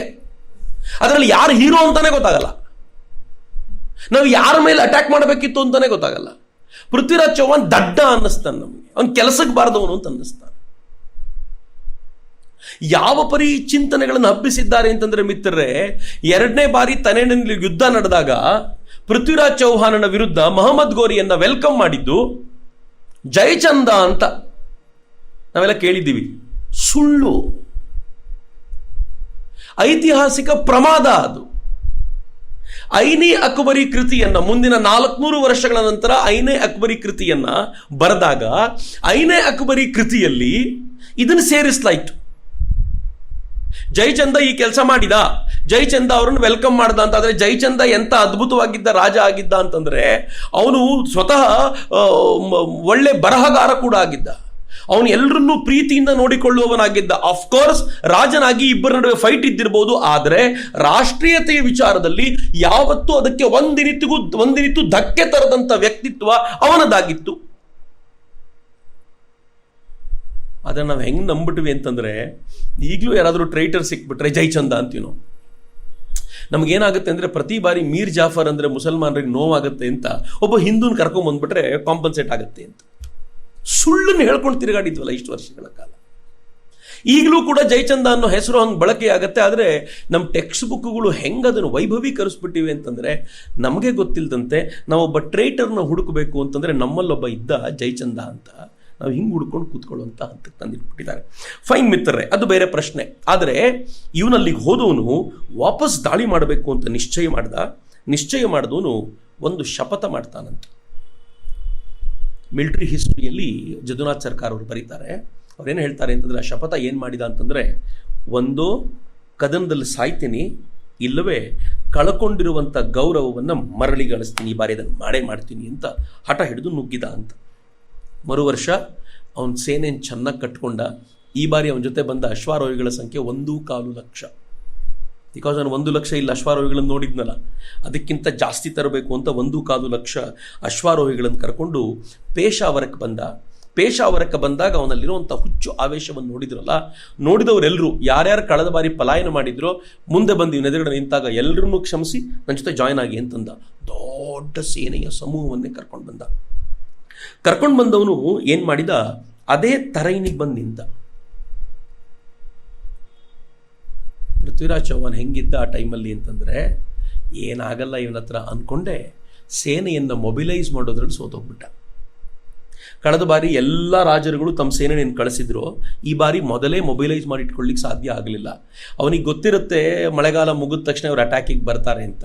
ಆದರೆ ಅಟ್ಯಾಕಿಗೆ ಬೇಕಾಗಿರುವಂಥ ರಕ್ಷಣೆಗೆ ಬೇಕಾಗಿರುವಂಥ ಸಿದ್ಧತೆಯನ್ನು ಮಾಡಿಕೊಳ್ಳಲ್ವಾದ್ದರಿಂದ ಇವನು ತನ್ನ ಜೊತೆ ಇರುವಂಥ ಸೈನಿಕರನ್ನು ಕರ್ಕೊಂಡು ಇವನು ತರೈನಿಗೆ ಬಂದು ನಿಂತ್ಕೊಂಡ. ಸಂಖ್ಯೆ ಸಹಜವಾಗಿ ಕಡಿಮೆ ಇತ್ತು, ಆದರೆ ಅವನಿಗದು ಗೊತ್ತಾಗಲಿಲ್ಲ. ಅವನೇನು ಮಾಡಿದ, ಪೃಥ್ವಿರಾಜ್ ಚೌಹಾಣ ಸ್ವಲ್ಪ ಟೈಮ್ ತೊಗೊಳ್ಳೋದು ಒಳ್ಳೆಯದು ಅಂತ, ಯಾಕಂದರೆ ಟೈಮ್ ತೊಗೊಂಡ್ರೆ ಇನ್ನೊಂದಷ್ಟು ಸೇನೆ ಬಂದು ಸೇರಿಕೊಳ್ಳುತ್ತೆ, ಮೊಬಿಲೈಸ್ ಮಾಡ್ಬೋದು ಅಂತ ಟೈಮ್ ತೊಗೋಬೇಕು ಅಂತ ಅವನೇನು ಮಾಡಿದ, ಒಂದು ಸಂದೇಶವನ್ನು ಮೊಹಮ್ಮದ್ ಗೋರಿಗೆ ಕಳಿಸ್ಕೊಟ್ಟ. ನಿನ್ನ ಸೈನಿಕರು ಉಳಿಬೇಕು ಅಂತ ನಿನ್ನ ಮನಸ್ಸಿದ್ರೆ ವಾಪಸ್ ಹೋಗ್ಬಿಡು, ಕ್ಷಮಿಸ್ತೀನಿ ನಾನು, ಇಲ್ಲ ಅಂತಂದರೆ ನಿನಗೆ ಕಷ್ಟ ಅಂತ ಎಚ್ಚರಿಕೆ ಕಳಿಸ್ಕೊಟ್ಟ. ಈ ಅವಕಾಶವನ್ನು ಚೆನ್ನಾಗಿ ಬಳಸ್ಕೊಂಡವನು ಮೊಹಮ್ಮದ್ ಗೋರಿ. ಅವನೇನು ಮಾಡ್ದ ಅಂತಂದರೆ ತಕ್ಷಣ ಇನ್ನೊಂದು ಸಂದೇಶ ವಾಪಸ್ ಏನು ಕಳಿಸ್ದ ಅಂತಂದರೆ, ಹೌದು ನನಗೂ ಹಾಗೆ ಅನಿಸುತ್ತೆ, ಆದರೆ ನಾನು ವಾಪಸ್ ಹೋಗಬೇಕು ಅಂದರೆ ನನ್ನ ಅಣ್ಣ ಘಿಯಾಸುದ್ದೀನ್ನ ಅನುಮತಿ ಬೇಕು, ನನಗೆ ಒಬ್ಬ ದೂತ ನಾನು ಕಳಿಸ್ಕೊಡ್ತೀನಿ, ಅವ್ನು ಗಜನಿಗೆ ಹೋಗ್ತಾನೆ, ಅಲ್ಲಿಗೆ ಹೋಗಿ ಅವನ ಹತ್ರ ಅನುಮತಿ ತೊಗೊಂಡು ಬರ್ತಾನೆ, ಅಲ್ಲಿವರೆಗೂ ಸ್ಟೇಟಸ್ ಕೋ ಮೇಂಟೈನ್ ಮಾಡೋಣ ಅಂತ, ನಿಮ್ಮ ಪಾಡಿಗೆ ನೀವಿರಿ, ನನ್ನ ಪಾಡಿಗೆ ನಾನು ಇರ್ತೀನಿ ಅಂತ. ಪೃಥ್ವಿರಾಜ್ ಚೌಹಾಣ್ ನಂಬ್ಕೊಂಡ, ಫೈನ್ ಹಿಂಗೆ ಇರ್ಬೋದೇನೋ ಅವನು ಅಂತ. ಸಹಜವಾಗಿರುವಂಥ ಭಾರತೀಯನಿಗೆ ಇರ್ಬೋದಾಗಿರುವಂಥ ಇದನ್ನೇನು ಕರಿತೀರಾ, ಇನೋಸೆನ್ಸಿ ಅಂತ ಕರಿತೀರೋ, ಭೋಳಾತನ ಅಂತ ಕರಿತೀರೋ, ಏನಾದರೂ ತಿಳ್ಕೊಳ್ಳಿ. ಆ ಭೋಳೆತನದಿಂದ ದೇ ಎಕ್ಸೆಪ್ಟೆಡ್, ಫೈನ್ ಅಂತ. ಆದರೆ ಮೊಹಮ್ಮದ್ ಗೋರಿಗೆ ಚೆನ್ನಾಗಿ ಗೊತ್ತಿತ್ತು, ತನ್ನತ್ರ ಇರೋ ಸೇನೆಯನ್ನು ಒಂದೊಂದು ದಿನ ತಡ ಮಾಡಿಸಿ ಇಲ್ಲೇ ನಿಲ್ಲಿಸ್ಕೊಂಡಷ್ಟು ಅದಕ್ಕೆ ಬೇಕಾಗಿರುವಂಥ ಪ್ರಾವಿಷನ್ಸ್ ಜಾಸ್ತಿ ಆಗ್ತಾ ಹೋಗುತ್ತೆ, ಅದನ್ನು ಹೊಂದಿಸ್ಲಿಕ್ಕೆ ಕಷ್ಟ ಆಗ್ಬಿಡುತ್ತೆ. ಅದಕ್ಕೋಸ್ಕರ ಇಮಿಡಿಯೇಟಾಗಿ ಯುದ್ಧಕ್ಕೆ ತಯಾರಿ ಮಾಡ್ಕೋಬೇಕು ಅಂತ. ಎರಡನೇದು ಅವನಿಗೆ ಚೆನ್ನಾಗಿ ಗೊತ್ತಿತ್ತು ಏನು ಅಂತಂದರೆ, ಎದುರಾಳಿ ಸೈನಿಕರನ್ನ ನನ್ನ ತಾಳಕ್ಕೆ ತಕ್ಕಂತೆ ಕುಣಿಸ್ಬೇಕು ಅಂತಂದರೆ ಯುದ್ಧದ ಟೈಮು ಡೇಟು ನಾನು ನಿಶ್ಚಯ ಮಾಡಬೇಕು, ಅವನಲ್ಲ ಅಂತ. ಯುದ್ಧದ ಒಂದು ನಿಯಮ ಇದೆ, ಯಾರು ಸರ್ಪ್ರೈಸ್ ಆಗಿ ಮೊದಲು ಅಟ್ಯಾಕ್ ಮಾಡ್ತಾರೋ 50% ಯುದ್ಧ ಗೆಲ್ತಾರೆ. ಸರ್ಪ್ರೈಸ್ ಅಟ್ಯಾಕ್ ನಂತರವೂ ಯಾರಾದರೂ ಯುದ್ಧ ಗೆಲ್ತಾರೆ ಅಂತಂದ್ರೆ ಅದು ಮಹಾ ಸಾಧನೆ. ಕಾರ್ಗಿಲ್ ಯುದ್ಧ ನಮಗೆ ಸರ್ಪ್ರೈಸ್ ಅಟ್ಯಾಕ್. ಗುಡ್ಡದ ಮೇಲೆ ಕೂತು ಅವ್ರು ಅಟ್ಯಾಕ್ ಮಾಡುವಾಗ ನಮ್ಗೆ ಗೊತ್ತೇ ಇರಲಿಲ್ಲ ಅಲ್ಲಿದ್ದಾರೆ ಅಂತ. ಆದರೆ ಭಾರತದ ಸೈನಿಕರ ತಾಕತ್ತನ್ನು ಮೆಚ್ಚಬೇಕು. ಅಥವಾ ನಮ್ಮ ಮಾನಸಿಕತೆ ಎಷ್ಟು ದೃಢವಾಗಿದೆ ಅಂತಂದರೆ, ಪಾಕಿಸ್ತಾನದ ಮೇಲೆ ಯಾವತ್ತೂ ಗೆಲ್ಲೋದು ನಾವೇ ಅಂತ ಡಿಸೈಡ್ ಮಾಡಿಬಿಟ್ಟಿರೋದ್ರಿಂದ, ಮಾನಸಿಕವಾಗಿ ಬಲಾಢ್ಯವಾಗಿರೋದ್ರಿಂದ ನಾವು ಅವ್ರನ್ನ ಸೋಲಿಸ್ಲಿಕ್ಕೆ ಸಾಧ್ಯ ಆಯಿತು. ಆದರೆ ಇಲ್ಲಿ ಹಂಗಾಗಲಿಲ್ಲ. ಇವನು ಮೈ ಮರೆತು ಮಲಗಿದ್ದ. ಯಾವ ಥರದ ಮೈ ಮರೆತ ಅಂತಂದರೆ, ಅವ್ರು ಮೂವ್ಮೆಂಟ್ ಮಾಡ್ತಾ ಇದ್ದಾರಾ, ಅವ್ರು ಮುಂದಕ್ಕೆ ಬರ್ಬೋದಾ ಇಲ್ವಾ, ಇವೆಲ್ಲವೂ ಕೂಡ ನೋಡಿಕೊಳ್ಳದೆ ಮಲ್ಕೊಳ್ಳೋ ರೀತಿಯಲ್ಲಿ ಹೋಗ್ಬಿಟ್ರಿ ಇವರು. ಕಾವಲುಗಾರರು ಇಲ್ಲ ಅನ್ನೋ ಥರ. ಇವನು ಯಾವ ಪತ್ರವನ್ನು ಕಳಿಸಿದ್ನೋ ಅದರ ನೆಕ್ಸ್ಟ್ ಡೇ ಮಾರ್ನಿಂಗೇ ಯುದ್ಧ ಶುರುವಾಗ್ಬಿಡ್ತು. ಇವ್ರಿಗೆ ಗೊತ್ತೇ ಇಲ್ಲ ಯುದ್ಧ ಆಗತ್ತೆ ಅಂತ. ಸೇಮ್ ಕಾರ್ಗಿಲ್ ನಡೆದಂತಾನೆ. ನಾವು ಪಾಕಿಸ್ತಾನಕ್ಕೆ ಹೋದ್ವಿ, ಅವ್ರನ್ನ ತಬ್ಕೊಂಡು ಬಂದ್ವಿ, ಈ ದೇಶದ ಪ್ರಧಾನಮಂತ್ರಿ ಬಂದರು, ಯಾವ ಪರಿ ನಿದ್ದೆ ಮಾಡಿದ್ವಿ ಅಂತಂದರೆ ಅವ್ರು ಇಲ್ಲಿಗೆ ಹತ್ತು ಬಂದಿದ್ದು ನಮ್ಗೆ ಗೊತ್ತೂ ಆಗಲಿಲ್ಲ. ಸೇಮ್ ಅದೇ ಥರ ಆಗೋಯ್ತು. ಇಲ್ಲಿ ಹಂಗೆ ಆಯಿತು. ಅವನಿಗೆ ಒಳಗೆ ಬರೋದು, ಅವರಿಗೆ ಯುದ್ಧ ಏಕ್ದಮ್ ಶುರುವಾಗ್ಬಿಟ್ಟಾಗ ಏನು ಮಾಡಬೇಕು ಅಂತ ಗೊತ್ತಾಗಲಿಲ್ಲ. ಆದರೆ ಯುದ್ಧದಲ್ಲಿ ನಮ್ಮ ವ್ಯವಸ್ಥೆ ಹೆಂಗಿತ್ತು ಅಂತಂದರೆ, ಯುದ್ಧ ಆಗುತ್ತೆ ನಾಳೆ ಬೆಳಗ್ಗೆ ಅಂತಾದರೆ ಬೆಳಗ್ಗೆ 3 ಗಂಟೆಗೆ ಅಡುಗೆ ಭಟ್ರು ಎದ್ಬಿಡ್ತಾರೆ. ಅವ್ರ ಅಡುಗೆ ಎಲ್ಲ ರೆಡಿ ಮಾಡಿಬಿಡ್ತಾರೆ. ಸೂರ್ಯೋದಯ ಆಗೋಕ್ಕಿಂತ ಸ್ವಲ್ಪ ಹೊತ್ತಿನ ಮುಂಚೆ ಎಲ್ಲ ಸೈನಿಕರು ಪಕ್ವಾನ್ನವನ್ನು ಚೆನ್ನಾಗಿ ತಿಂದು ಗಟ್ಟಿಯಾಗಿ ಇನ್ನಿಡೀ ದಿನಕ್ಕೆ ಬೇಕಾಗಿರುವಷ್ಟು ಎನರ್ಜಿಯನ್ನು ಸಂಪಾದಿಸ್ಕೊಂಡು ಹೋಗ್ತಾರೆ. ಅವತ್ತು ಬೆಳಗ್ಗೆ 9 ಗಂಟೆಗೆ ಯುದ್ಧ ಶುರುವಾಗಿದೆ. ಊಟನೇ ಮಾಡಲಿಲ್ಲ ಯಾರು. ಸೈನಿಕಿಗೆ ಬೇಕಾಗಿರುವಂಥ ಎನರ್ಜಿ ಇಲ್ಲ. ಅಶ್ವಾರೋಹಿಗಳ ತಂಡ ರೆಡಿ ಆಗಲಿಲ್ಲ. ಆನೆಗಳು ಇನ್ನೂ ರೆಡಿ ಆಗಿಲ್ಲ, ಆಚೆ ಬರಬೇಕು, ಅದಕ್ಕೆ ಬೇಕಾಗಿರುವಂಥ ಫುಡ್ ಕೊಟ್ಟು ಕರ್ಕೊಂಡು, ಏನೂ ಇಲ್ಲ. ಏಕಾಏಕಿ ದಾಳಿ ಮಾಡಿದಾಗ ಇವ್ರಿಗೆ ಅನ್ನಿಸ್ತು, ಛೇ ಮೋಸ ಮಾಡಿಬಿಟ್ಟ ಅವನು ಅಂತ. ಅವನು ಇರೋದೇ ಮೋಸಗಾರ ರೀ. ಆಂಟಿಸಿಪೇಟ್ ಮಾಡಬೇಕಾಗಿದ್ದು ನೀವು, ಅವನಲ್ಲ. ಅವನು ಯಾವತ್ತೂ ಮೋಸಗಾರ, ನಂಬಲಿಕ್ಕೆ ಅಯೋಗ್ಯ ಅವನು. ಆದರೆ ಅವನನ್ನು ನಂಬಿದೆಯಲ್ಲ, ಏನು ಹೇಳಬೇಕು ಇದಕ್ಕೆ? ಯುದ್ಧ 9 ಗಂಟೆಗೆ ಶುರುವಾಯ್ತಲ್ಲ. ಶುರುವಾಗುವಾಗ ಅವನು ಹೆಂಗೆ ಮಾಡ್ಕೊಂಡಿದ್ದ ಸ್ಟ್ರಾಟಜಿ ಅಂತಂದರೆ, ಬಿಕಾಸ್ ಈ ಬಾರಿ ಅವನು ತಾಳ ಹಾಕೋದು, ಇವ್ರು ಕುಡಿಬೇಕು ಅಷ್ಟೇ. 10,000 ಜನರ 4 ಕಾಂಟಿಂಜೆಂಟ್ ಮಾಡಿಕೊಂಡ. ಆ 4 ಎಡ ಮತ್ತು ಬಲಗಳಲ್ಲಿ ನಿಂತ್ಕೊಂಡಿದ್ದು. ಇದನ್ನು ಮಿಲಿಟರಿ ಹಿಸ್ಟ್ರಿಯಲ್ಲಿ ಭಾಳ ಚೆನ್ನಾಗಿ ವರ್ಣನೆ ಮಾಡ್ತಾರೆ, ಭಾಳ ಸುಂದರವಾಗಿದೆ. ನಮಗೆ ಅವನ ಹೋರಾಟದ ಶೈಲಿ ಅರ್ಥ ಮಾಡ್ಕೊಳ್ಳಿಕ್ಕೆ ಅನುಕೂಲ ಆಗುತ್ತೆ. 4 ಕಾಂಟಿಂಜೆಂಟ್ಗಳು, 2-4 ಆ ದಿಕ್ಕಲ್ಲಿದ್ದು, ಮಧ್ಯದಲ್ಲಿ 12,000 ಜನ ಅಶ್ವಾರೋಹಿಗಳ ಪ್ರಬಲ ಸೈನಿಕರು. ಯಾರು ಯುದ್ಧದಲ್ಲಿ ಚೆನ್ನಾಗಿ ನುರಿತರಾದವರೋ ಅಂಥವರನ್ನ ಲೀಡ್ ಮಾಡ್ಕೊಂಡು ಇವನ್ ಮಧ್ಯ ನಿಂತಿದ್ದ ಮೊಹಮ್ಮದ್ ಘೋರಿ. ಅದರ ಸುತ್ತಲೂ ಇಲ್ತಮಿಷ್ ಅಂತ ಕರೆಯುವಂಥ ಸೇನೆ. ಇಲ್ತಮಿಷ್ ಅಂತಂದ್ರೆ ಏನು ಅಂತಂದ್ರೆ, ಬಹುಶಃ ತುರ್ಕಿಶ್ ವರ್ಡ್ ಅದು. ಆ ಇಲ್ತಮಿಷ್ ಅಂತಂದ್ರೆ ರಿಸರ್ವ್ ಸೇನೆ. ಅದು ಎಡಬಲಗಳಲ್ಲಿ 10,000 ಜನ ಕಾದಾಡ್ತಿರ್ತಾರೆ. 40,000 ಜನ ಅಲ್ಲಿದ್ದಾರೆ. ಇವರೊಂದು 10,000, 12,000 ಜನ ಮಧ್ಯದಲ್ಲಿ, ಒಂದು 50,000 ಜನ, ಇನ್ನು 50,000 ಜನ ರೇನ್ಫೋರ್ಸ್ಮೆಂಟ್ಗೆ ಅಂತಾನೆ ಇರುವಂಥವ್ರು. ಆ ಕಡೆಯಿಂದ ಬಂದು ದಾಳಿ ಮಾಡ್ತಾ ಎಡ ಬಲಗಳನ್ನು ಇವರು ಸಾಯಿಸ್ತಾ ಇದ್ದಂತೆ ಇವರು ಜಾಯ್ನ್ ಆಗ್ತಾನೆ ಹೋಗ್ತಾರೆ. ಅಂದ್ರೆ ನಿರಂತರವಾದ ಕಾದಾಟದ ನಂತರವೂ ಕೂಡ ಇವ್ರಿಗೆ ಏನೂ ಆಗದೆ ಇರೋ ಥರ ಅದು ರೇನ್ಫೋರ್ಸ್ಮೆಂಟ್ ಟೀಮ್ ಮಧ್ಯದಲ್ಲಿ ಮಾತ್ರ ಈ ಟೀಮ್ ಹಂಗೆ ಕೂತಿದೆ. ನಮ್ಮವ್ರಿಗೆ ಸ್ಟ್ರಾಟಜಿನೇ ಇಲ್ಲ ಪಾಪ. ಏಕಾಏಕಿ ದಾಳಿಗೆ ಅಂತ ಮುಂದಕ್ಕೆ ನುಗ್ತಾ ಇದ್ದಾರೆ. ಎಲ್ಲಿಗೆ ಹೊಡಿಬೇಕು, ಯಾರಿಗೆ ಹೊಡಬೇಕು, ಮೊಹಮ್ಮದ್ ಘೋರಿಯ ಟೀಮ್ ಎಲ್ಲಿದೆ, ಅವನನ್ನು ಎಲ್ಲಿ ಹುಡುಕಬೇಕು ಅಂತ ಹುಡುಕಾಡ್ತಿದ್ದಾರೆ, ಸಿಗ್ತಾ ಇಲ್ಲ. ಬೆಳಗ್ಗೆ 9 ಗಂಟೆಗೆ ಶುರುವಾದ ಯುದ್ಧ ಮಧ್ಯಾಹ್ನ 3 ಗಂಟೆವರೆಗೂ ನಡೀತು. ಅಥವಾ ಮಧ್ಯಾಹ್ನ 1:30-2 ಗಂಟೆ ವೇಳೆಗೆ ಸುಸ್ತಾಗ್ಬಿಟ್ಟಿದ್ದಾರೆ. ಊಟ ಇಲ್ಲ, ಕುಡಿಲಿಕ್ಕೆ ನೀರಿಲ್ಲ, ಯಾವ ಥರ ಯುದ್ಧ ಮಾಡಬೇಕು, ಸ್ಟ್ರಾಟಜಿ ಏನು ಅಂತ ಡಿಸ್ಕಸ್ ಆಗಲಿಲ್ಲ. ಸುಮ್ಮನೆ ಕಾದಾಡ್ತಿದ್ದಾರೆ, ಹುಚ್ಚ ಪಟ್ಟೆ ಬಡ್ದಾಡ್ತಿದ್ದಾರೆ. ಸುಸ್ತಾಗಿ ಭಾರತೀಯ ಸೈನಿಕ ಅಥವಾ ಹಿಂದೂ ಸೈನಿಕ ಕೈ ಚೆಲ್ಲುವಂಥ ಹೊತ್ತು ಬಂತಲ್ಲ. 3 ಗಂಟೆ ವೇಳೆಗೆ 12,000 ಫ್ರೆಶ್ ಸೈನಿಕರನ್ನು ಕರ್ಕೊಂಡು ಘೋರಿ ನುಗ್ಗಿದ. ಫ್ರೆಶ್ಶು, ಅವ್ರು ಯುದ್ಧನೇ ಮಾಡಲಿಲ್ಲ. ಇದುವರೆಗೂ ಅವ್ರು ಆಕ್ರಮಣಕ್ಕೆ ಬಂದೇ ಇರಲಿಲ್ಲ. ಈ ಸೈನಿಕರು ಹೆಂಗೆ ತರಿಯಕ್ಕೆ ನಿಂತುಬಿಟ್ರು ಅಂತಂದರೆ, ನಮ್ಮವರು ಸುಸ್ತಾಗಿದ್ದವರು ಹೋರಾಟ ಮಾಡೋಕ್ಕಿಂತ ಸಾಯೋದು ಒಳ್ಳೆಯದು ಅಂತ ಅನಿಸ್ಬಿಡ್ತು. ಯುದ್ಧ ರಂಗದಲ್ಲಿ ಸಾಯದೆ ಒಳ್ಳೆಯದು ಅಂತ ಎಲ್ಲರೂ ಹೆಂಗಾಗ್ಬಿಡ್ತು ಅಂತಂದರೆ, ಈ ಹೆಣಗಳ ರಾಶಿ ಬಿದ್ದುಬಿಡ್ತು. ಅದನ್ನೇ ಕಾರ್ಪೆಟ್ ಥರ ಮಾಡ್ಕೊಂಡು ಅವನು ನುಗ್ಗಿದ. ಯಾವ ಗೋವಿಂದರಾಜ ಕಳೆದ ಬಾರಿ ತನಗೆ ಅಟ್ಯಾಕ್ ಮಾಡಿದ್ನೋ ಮೊದಲು ಅವನನ್ನು ಕೊಂದ, ಆನೆ ಮೇಲಿದ್ದ ಅವನನ್ನು ಕೊಂದ. ನೆಕ್ಸ್ಟ್ ಸೈನಿಕರು ಹೋದರು. ಆನೆ ಮೇಲೆ ಕೂತ್ಕೊಂಡಿದ್ದಂಥ ಪೃಥ್ವಿರಾಜ ಆಗ ತಾನೇ ಇನ್ನು ಆನೆಗಳು ಇದಾಗಿರಲಿಲ್ಲ ಅಂತ ತನ್ನ ಕುದುರೆ ಮೇಲೆ ಬಂದಿದ್ದ. ಅವನನ್ನು ಜೀವಂತವಾಗಿ ಸೆರೆ ಹಿಡಿದ್ರು. 2 ಥರದ ವರ್ಷನ್ ಇದೆ.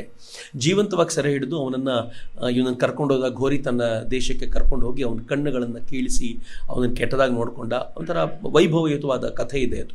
ಕೊನೆಗೆ ಒಂದಿನ ಸಭೆಯಲ್ಲಿ ಇವನ ಜೊತೆ ಇದ್ದಂಥ ಜೈಲಿನಲ್ಲಿದ್ದಂಥವ್ನು ಹೇಳಿದ್ದಂತೆ, ಇವನಿಗೆ ಶಬ್ದವೇದಿ ವಿದ್ಯೆಯು ಗೊತ್ತು ಪೃಥ್ವಿರಾಜನಿಗೆ, ನೀನು ಇದನ್ನು ಲಾಂಗಿಟ್ಯೂಡ್ ಲ್ಯಾಟಿಟ್ಯೂಡ್ಗಳನ್ನು ಕವನದ ರೂಪದಲ್ಲಿ ಹೇಳಿದರೆ ಆ ಜಾಗಕ್ಕೆ ಸರಿಯಾಗಿ ಅವನು ಬಾಣ ಬಿಡಬಲ್ಲ ಅಂತ. ಅವನ ಜೊತೆಯಲ್ಲಿದ್ದಂಥ ವ್ಯಕ್ತಿ ಕವನದ ರೂಪದಲ್ಲಿ ಮಹಮ್ಮದ್ ಗೋರಿ ಕೂತಿರುವಂಥ ಆಸನವನ್ನು ಗುರುತಿಸಿ ಹೇಳ್ದ, ಅಲ್ಲಿ ಅವನು ಬಾಣ ಬಿಟ್ಟು ಮಹಮ್ಮದ್ ಗೋರಿಯನ್ನು ಕೊಂದ ಅಂತ ಕತೆ ಹೇಳ್ತಾರೆ. ನಂಬಲಿಕ್ಕೆ ಎಷ್ಟು ಅರ್ಹವೋ ಗೊತ್ತಿಲ್ಲ ನನಗೆ. ಆದರೆ ಇನ್ನೊಂದು ಮಿಲಿಟರಿ ಹಿಸ್ಟ್ರಿಯಲ್ಲಿ ಏನು ಬರೀತಾರೆ ಅಂತಂದರೆ, ಅಲ್ಲಿಯೇ ಸೈನಿಕರು ಅವನು ಕರ್ಕೊಂಡು ಹೋಗಿ ಆ ನದಿಯ ತೀರದಲ್ಲಿ, ಸರಸ್ವತಿ ನದಿಯ ತೀರದಲ್ಲಿ ಅವನ ತಲೆಯನ್ನು ಕಡ್ದು ಹಾಕಿದರು. ಅವನ ಜೊತೆಯಲ್ಲಿದ್ದ 150ಕ್ಕೂ ಹೆಚ್ಚು ಬೇರೆ ಬೇರೆ ರಾಜ್ಯಗಳು ಯಾರಿದ್ದರೋ ಅಷ್ಟೂ ಜನರನ್ನು ಕೊಲ್ಲಲಾಯಿತು ಅಂತ ಹೇಳ್ತಾರೆ. ಇಡೀ ಭಾರತದ ಪರವಾಗಿದ್ದಂಥ ಹೋರಾಟವನ್ನು ಒಂದು ಯುದ್ಧದಲ್ಲಿ ನಮ್ಮ ಮೈಮರೆತದ ಕಾರಣದಿಂದಾಗಿ ಕಳ್ಕೊಂಡೇ ಬಿಟ್ಟೆ. 100-150 ವರ್ಷಗಳ ಕಾಲ ಕಟ್ಟಿದ್ದನ್ನು ಒಂದೇ ಯುದ್ಧದಲ್ಲಿ ಒಂದೇ ದಿನದಲ್ಲಿ ಮಹಮ್ಮದ್ ಘೋರಿ ಮುಗಿಸ್ಬಿಟ್ಟ. ಕಾರಣ ನಾವು ಮೈ ಮೆರೆತಿದ್ದು ಅಂತ ನನಗೆ ಕೆಲವೊಂದು ಸಲ ಅನಿಸುತ್ತೆ. DC ಗಂಗೂಲಿ ಅವ್ರು ಹೇಳ್ತಾರೆ, ಪೃಥ್ವಿರಾಜನ ಪೊಲಿಟಿಕಲ್ ದೂರದೃಷ್ಟಿ ಭಾಳ ಕಡಿಮೆ ಅಂತ. DC ಗಂಗೂಲಿ ಅನ್ನುವಂಥ ಹಿಸ್ಟಾರಿಯನ್ ಮಾತಿದು, ನಂದಲ್ಲ. ಪೊಲಿಟಿಕಲ್ ದೂರದೃಷ್ಟಿ ಕಡಿಮೆ. ಹಿಂದೂ ರಾಜರು ಡಿಫೆನ್ಸಿವ್ ಆಗಿ ಇದ್ದುಬಿಟ್ರು. ಕರೆಕ್ಟ್ ಅಲ್ವಾ? ನಾವು ಯಾವತ್ತೂ ಎಷ್ಟು ಡಿಫೆನ್ಸಿವ್ ಆಗಿರ್ತೀವಿ ಅಂತಂದರೆ, ನಮ್ಮದನ್ನು ನಾವು ಕಾಪಾಡಿಕೊಂಡ್ರೆ ಸಾಕು, ನಮ್ಮದನ್ನು ಕಾಪಾಡಿಕೊಂಡ್ರೆ ಸಾಕು ಅಂತ. 150 ವರ್ಷಗಳ ಅವಧಿಯಲ್ಲಿ ಘಜನಿಯಲ್ಲಿ ಎಂಥ ದೊಡ್ಡ ಪ್ರಾಬ್ಲಮ್ಗಳು ಉಂಟಾಗಿದ್ವು ಅಂತಂದರೆ, ನನ್ನ ದೇಶದ ಪ್ರಖರವಾಗಿರುವಂಥ ಈ ಸೇನೆ ಈಗಿನ ಪಾಕಿಸ್ತಾನ ಅಫ್ಘಾನಿಸ್ತಾನಗಳನ್ನಲ್ಲದೆ ಘಜನಿಯವರೆಗೂ ನುಗ್ಗಿ ಅರಬ್ ಸ್ಥಾನವನ್ನು ಕಿತ್ಕೊಂಡು ಆಳ್ವಿಕೆ ನಡೆಸ್ಬೋದಾಗಿರುವಂಥ ಸಾಮರ್ಥ್ಯವನ್ನು ಹೊಂದಿತ್ತು. ಆದರೆ ಯಾರೂ ಆ ಕೆಲಸ ಮಾಡಲಿಲ್ಲ. ನಾವಿಲ್ಲೇ ಇದ್ದರೆ ಸಾಕು ಅಂತ, ಡಿಫೆನ್ಸ್ ಮಾಡಿಕೊಂಡ್ರೆ ಸಾಕು ಅಂತ. ಯಾರು ಡಿಫೆನ್ಸಿವಲ್ಲಿ ಇರ್ತಾರಲ್ಲ ಅವರಿಗೆ ಅಗ್ರೆಸಿವ್ ಆಗಿರುವಂಥ ಆಲೋಚನೆಗಳಿರಲ್ಲ ಅಂತ.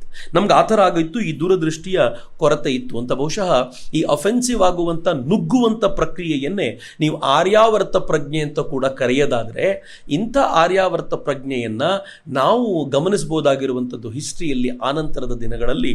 ಅದು ಕೃಷ್ಣದೇವರಾಯನಲ್ಲಿ. ಕೃಷ್ಣದೇವರಾಯ ಹೇಗೆ ನುಗ್ಗಿದ ಅಂತಂದರೆ, ಕಾಯ್ಕೊಂಡಿರಲಿಲ್ಲ. ನೀವು ಬರ್ತೀರಾ, ನೀವು ನನ್ನನ್ನು ಹೊಡಿಲಿಕ್ಕೆ ಬರ್ತೀರಾ, ತಡಿತೀನಿ, ಏನಿಲ್ಲ, ನುಗ್ಗಿ ಬಡ್ದಾಗ್ತ. ರಾಯಚೂರಿನಲ್ಲಿ ಇದ್ನಲ್ಲ ಮುಸ್ಲಿಮರ ದೊರೆ, ರಾಯಚೂರಿನ ಕೋಟೆಯನ್ನು, ತುಂಬ ಕಠಿಣವಾದ ಕೋಟೆ ಅದು, ಅವನು ಸ್ವಲ್ಪ ತಲೆಹರಟೆ ಮಾಡ್ದ ಅಂತ ಕೋಟೆಯನ್ನು 2ನೇ ಬಾರಿ ವಾಪಸ್ ವಶಪಡಿಸ್ಕೊಂಡು ಸಂಧಾನ ಮಾಡ್ಕೋಬೇಕು ಅಂತ ಅವ್ನು ಕೇಳಿದಾಗ, ಸಂಧಾನ ಮಾಡ್ಕೋಬೇಕು ಅಂದರೆ ನನ್ನ ಕಾಲಿಗೆ ಮುತ್ತಿಡಬೇಕು, ಆಮೇಲೆ ಸಂಧಾನ ಅಂತ. ಇತಿಹಾಸಕಾರ ಹೇಳ್ತಾರೆ, ಸಿಕ್ಕಾಪಟ್ಟೆ ದುರಹಂಕಾರ ಇತ್ತು ಅವನಿಗೆ, ಕಾಲಿಗೆ ಮುತ್ತಿಡೋದು ಅಂತ ಹೇಳಿದ್ರೆ, ಕಾಲಿಗೆ ಮುತ್ತಿಡೋಲ್ದೆ ಇನ್ನೇನ್ರಿ ಮಾಡ್ಬೇಕು ಇವರಿಗೆ? ಇವರ ಜಾಗ ಮತ್ತು ಯೋಗ್ಯತೆ ಪರ್ಫೆಕ್ಟ್ ಆಗಿರೋದು ಏನು ಅಂತ ಕೃಷ್ಣದೇವರಾಯ ತೋರಿಸ್ಕೊಟ್ಟ. ಅದು ಅಲ್ಲೇ ಇರಬೇಕು, ಕಾಲಿಗೆ ಮುತ್ತಿಟ್ಟು ಮುಂದಿನ ಕೆಲಸ ಮಾಡಬೇಕು ಅಂತ ಕೃಷ್ಣದೇವರಾಯ ಮಾಡಿದ್ದದು. ಶಿವಾಜಿ ಮಹಾರಾಜರದ್ದು ಇದೇ ಅಗ್ರೆಸಿವ್ನೆಸ್ ಇತ್ತು. ಅವ್ರು ತಾವೇ ಕಾಯ್ಕೊಂಡು ಕೂರ್ತಿರ್ತಿರಲಿಲ್ಲ, ಅಗತ್ಯ ಬಂದಾಗ ನುಗ್ಗು ಬಡದು ಬಂದ್ಬಿಡ್ತಿದ್ರು. ಅವರು ಈ ಯುದ್ಧದಲ್ಲಿ ಗೆರಿಲ್ಲಾ ಮಾದರಿಯನ್ನು ವ್ಯಾಪಕವಾಗಿ ಬಳಸ್ಕೊಂಡ್ರು ಶಿವಾಜಿ ಮಹಾರಾಜರು. ಯಾಕೆಂದರೆ ಹಿಸ್ಟ್ರಿಯಲ್ಲಿ ಎಲ್ಲ ಮೋಸ ಮಾಡ್ಕೊಂಡು ನೀವು ಬಂದಿದ್ದೀರಾ ಅಂತ ಆದರೆ, ಅದನ್ನೇ ವಾಪಸ್ ನಿಮ್ಮ ಮೇಲೆ ಪ್ರಯೋಗ ಮಾಡಿದ್ರೆ ಹೆಂಗಿರುತ್ತೆ ತೋರಿಸ್ತೀನಿ ಅಂತ ಶಿವಾಜಿ ಮಹಾರಾಜರು ಆ ಕೆಲಸ ಮಾಡಿದ್ರು ಅಂತ. ಅದಕ್ಕೆ ಆ ಪ್ರಜ್ಞೆ ಇದೆಯಲ್ಲ, ಅದರಲ್ಲಿ ಗೊಂದಲ ಇರಲಿಲ್ಲ ಅವರಿಗೆ. ಆದರ್ಶದ ಚೌಕಟ್ಟು ಎಲ್ಲ ಇತ್ತು, ಆದರೆ ಇದನ್ನು ಮಾಡ್ಬೋದೋ ಬೇಡವಾ, ಇದು ಸರಿನಾ ತಪ್ಪ, ಈ ಗೊಂದಲ ಇರಲಿಲ್ಲ. ಯಾಕೆ ಅಂದರೆ, ಎರಡೂ ಸಾಮ್ರಾಜ್ಯವನ್ನು ಕಟ್ಟಲಿಕ್ಕೆ ಹಿಂದೆ ನಿಂತವರು ಇಬ್ಬರು ಪ್ರಮುಖ ಧರ್ಮಕರ್ತರು, ಒಬ್ಬರು ವಿದ್ಯಾರಣ್ಯರು ಮತ್ತೊಬ್ಬರು ಸಮರ್ಥ ರಾಮದಾಸರು. ಅಂದರೆ ಧರ್ಮದ ದನಿ ಯಾವಾಗ ರಾಷ್ಟ್ರ ಪ್ರಜ್ಞೆಯನ್ನು ಸರಿಯಾಗಿ ಜೋಡಿಸಿಕೊಡುವಂಥ ಮಾರ್ಗ ತೋರಿಸ್ಕೊಡುತ್ತೋ ಆಗ ರಾಷ್ಟ್ರದ ಪ್ರಜ್ಞೆ ಹೆಂಗೆ ಜಾಗೃತವಾಗುತ್ತೆ ಅಂತ ಹೇಳಲಿಕ್ಕೆ ಅವರಿಬ್ಬರು ಸಮರ್ಥವಾದ ಉದಾಹರಣೆ. ಬಾಜಿರಾವ್ ಪೇಶ್ವೆನೂ ಹಾಗೆ ತನ್ನ ಕಾಲಾವಧಿಯಲ್ಲಿ 50ಕ್ಕೂ ಹೆಚ್ಚು ಯುದ್ಧಗಳನ್ನು ಮಾಡಿದ್ದ. ಕೂತ್ಕೊಂಡ ಜಾಗದಲ್ಲಿ ಡಿಫೆನ್ಸ್ ಮಾಡ್ತಾ ಕೂತ್ಕೊಂಡಿದ್ದಲ್ಲ, ನುಗ್ಗಿದ್ದವನು ಎಲ್ಲ ಕಡೆ. ಸಾವರ್ಕರ್ ಅದೊಂದು ಪುಸ್ತಕ ಇದೆ, ಎಲ್ಲರೂ ಓದಬೇಕಾಗಿರುವಂಥ ಕೃತಿ. ನಾನು ಮೊದಲನೇ ಬಾರಿಗೆ ಓದುವಾಗ ನನಗೂ ಆಶ್ಚರ್ಯ ಅನ್ನಿಸ್ಬಿಡ್ತು.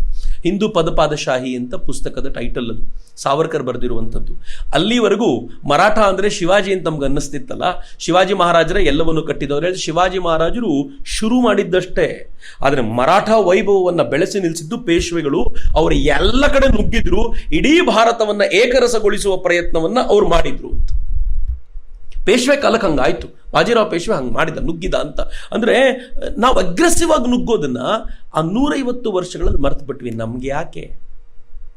ನಮ್ಗೆ ಯಾಕೆ, ನಾವು ಕಾಪಾಡಿಕೊಂಡ್ರೆ ಸಾಕು ಅನ್ನೋಂಥ ಮಟ್ಟಿಗೆ ಬಂದ್ವಲ್ಲ, ಅದೇ ಬಹಳ ದುರಂತ ಅಂತ. ಆದರೆ ಪೃಥ್ವಿರಾಜ್ ಚೌಹಾಣ್ ಪಾಠವನ್ನು ಕಲ್ತಿದ್ದ. ಏನು ಪಾಠ ಅಂತಂದರೆ, ಯಾವ ಕಾರಣಕ್ಕೂ ಮುಸಲ್ಮಾನರನ್ನು ನಂಬೇಡ ಅಂತ. ಮೋಸ ಆಯ್ತಲ್ಲ ಅವನು. ಎರಡನೇ ಪಾಠ, ನೀನು ಪ್ರಭಾವಿಯಾಗಿದ್ದಾಗ, ನೀನು ಸಮರ್ಥನಾಗಿದ್ದಾಗ ಮುಗಿಸ್ಬಿಡವನನ್ನು ಅಂತ, ಉಳಿಸ್ಬೇಡ ಅಂತ. ಮೊದಲನೇ ಯುದ್ಧದಲ್ಲಿ ಅಟ್ಟಿಸ್ಕೊಂಡೋಗಿ ಮುಗಿಸ್ಬಿಟ್ಟಿದ್ದರೆ ಪ್ರಾಬ್ಲಮ್ ಇರಲಿಲ್ಲ. ಆದರೆ ಮೊದಲನೇ ಯುದ್ಧದಲ್ಲಿ ಬಿಟ್ಟು ಕಳಿಸಿದ್ದರ ಪ್ರಾಬ್ಲಮ್ಮು ನಮ್ಗೆ ಆನಂತರ ಗೋಚರವಾಯಿತು. ಮೂರನೇದು, ಶತ್ರು ಧಾರ್ಮಿಕವಲ್ಲದೆ ಹೋದರೆ, ಶತ್ರು ಧರ್ಮವನ್ನು ಪಾಲಿಸುವ ರೂಲ್ ಇಲ್ಲದೆ ಹೋದರೆ ಅವನನ್ನು ಯಾವ ಕಾರಣಕ್ಕೂ ಇಗ್ನೋರ್ ಮಾಡಬೇಡ. ಶತ್ರು ಧರ್ಮವನ್ನು ಪಾಲಿಸುವವನಾಗಿದ್ದರೆ ಅವನು ಹೇಳಿದ ಮಾತನ್ನು ನಂಬ್ಕೊಂಡು ನೀನು ಇಗ್ನೋರ್ ಮಾಡು.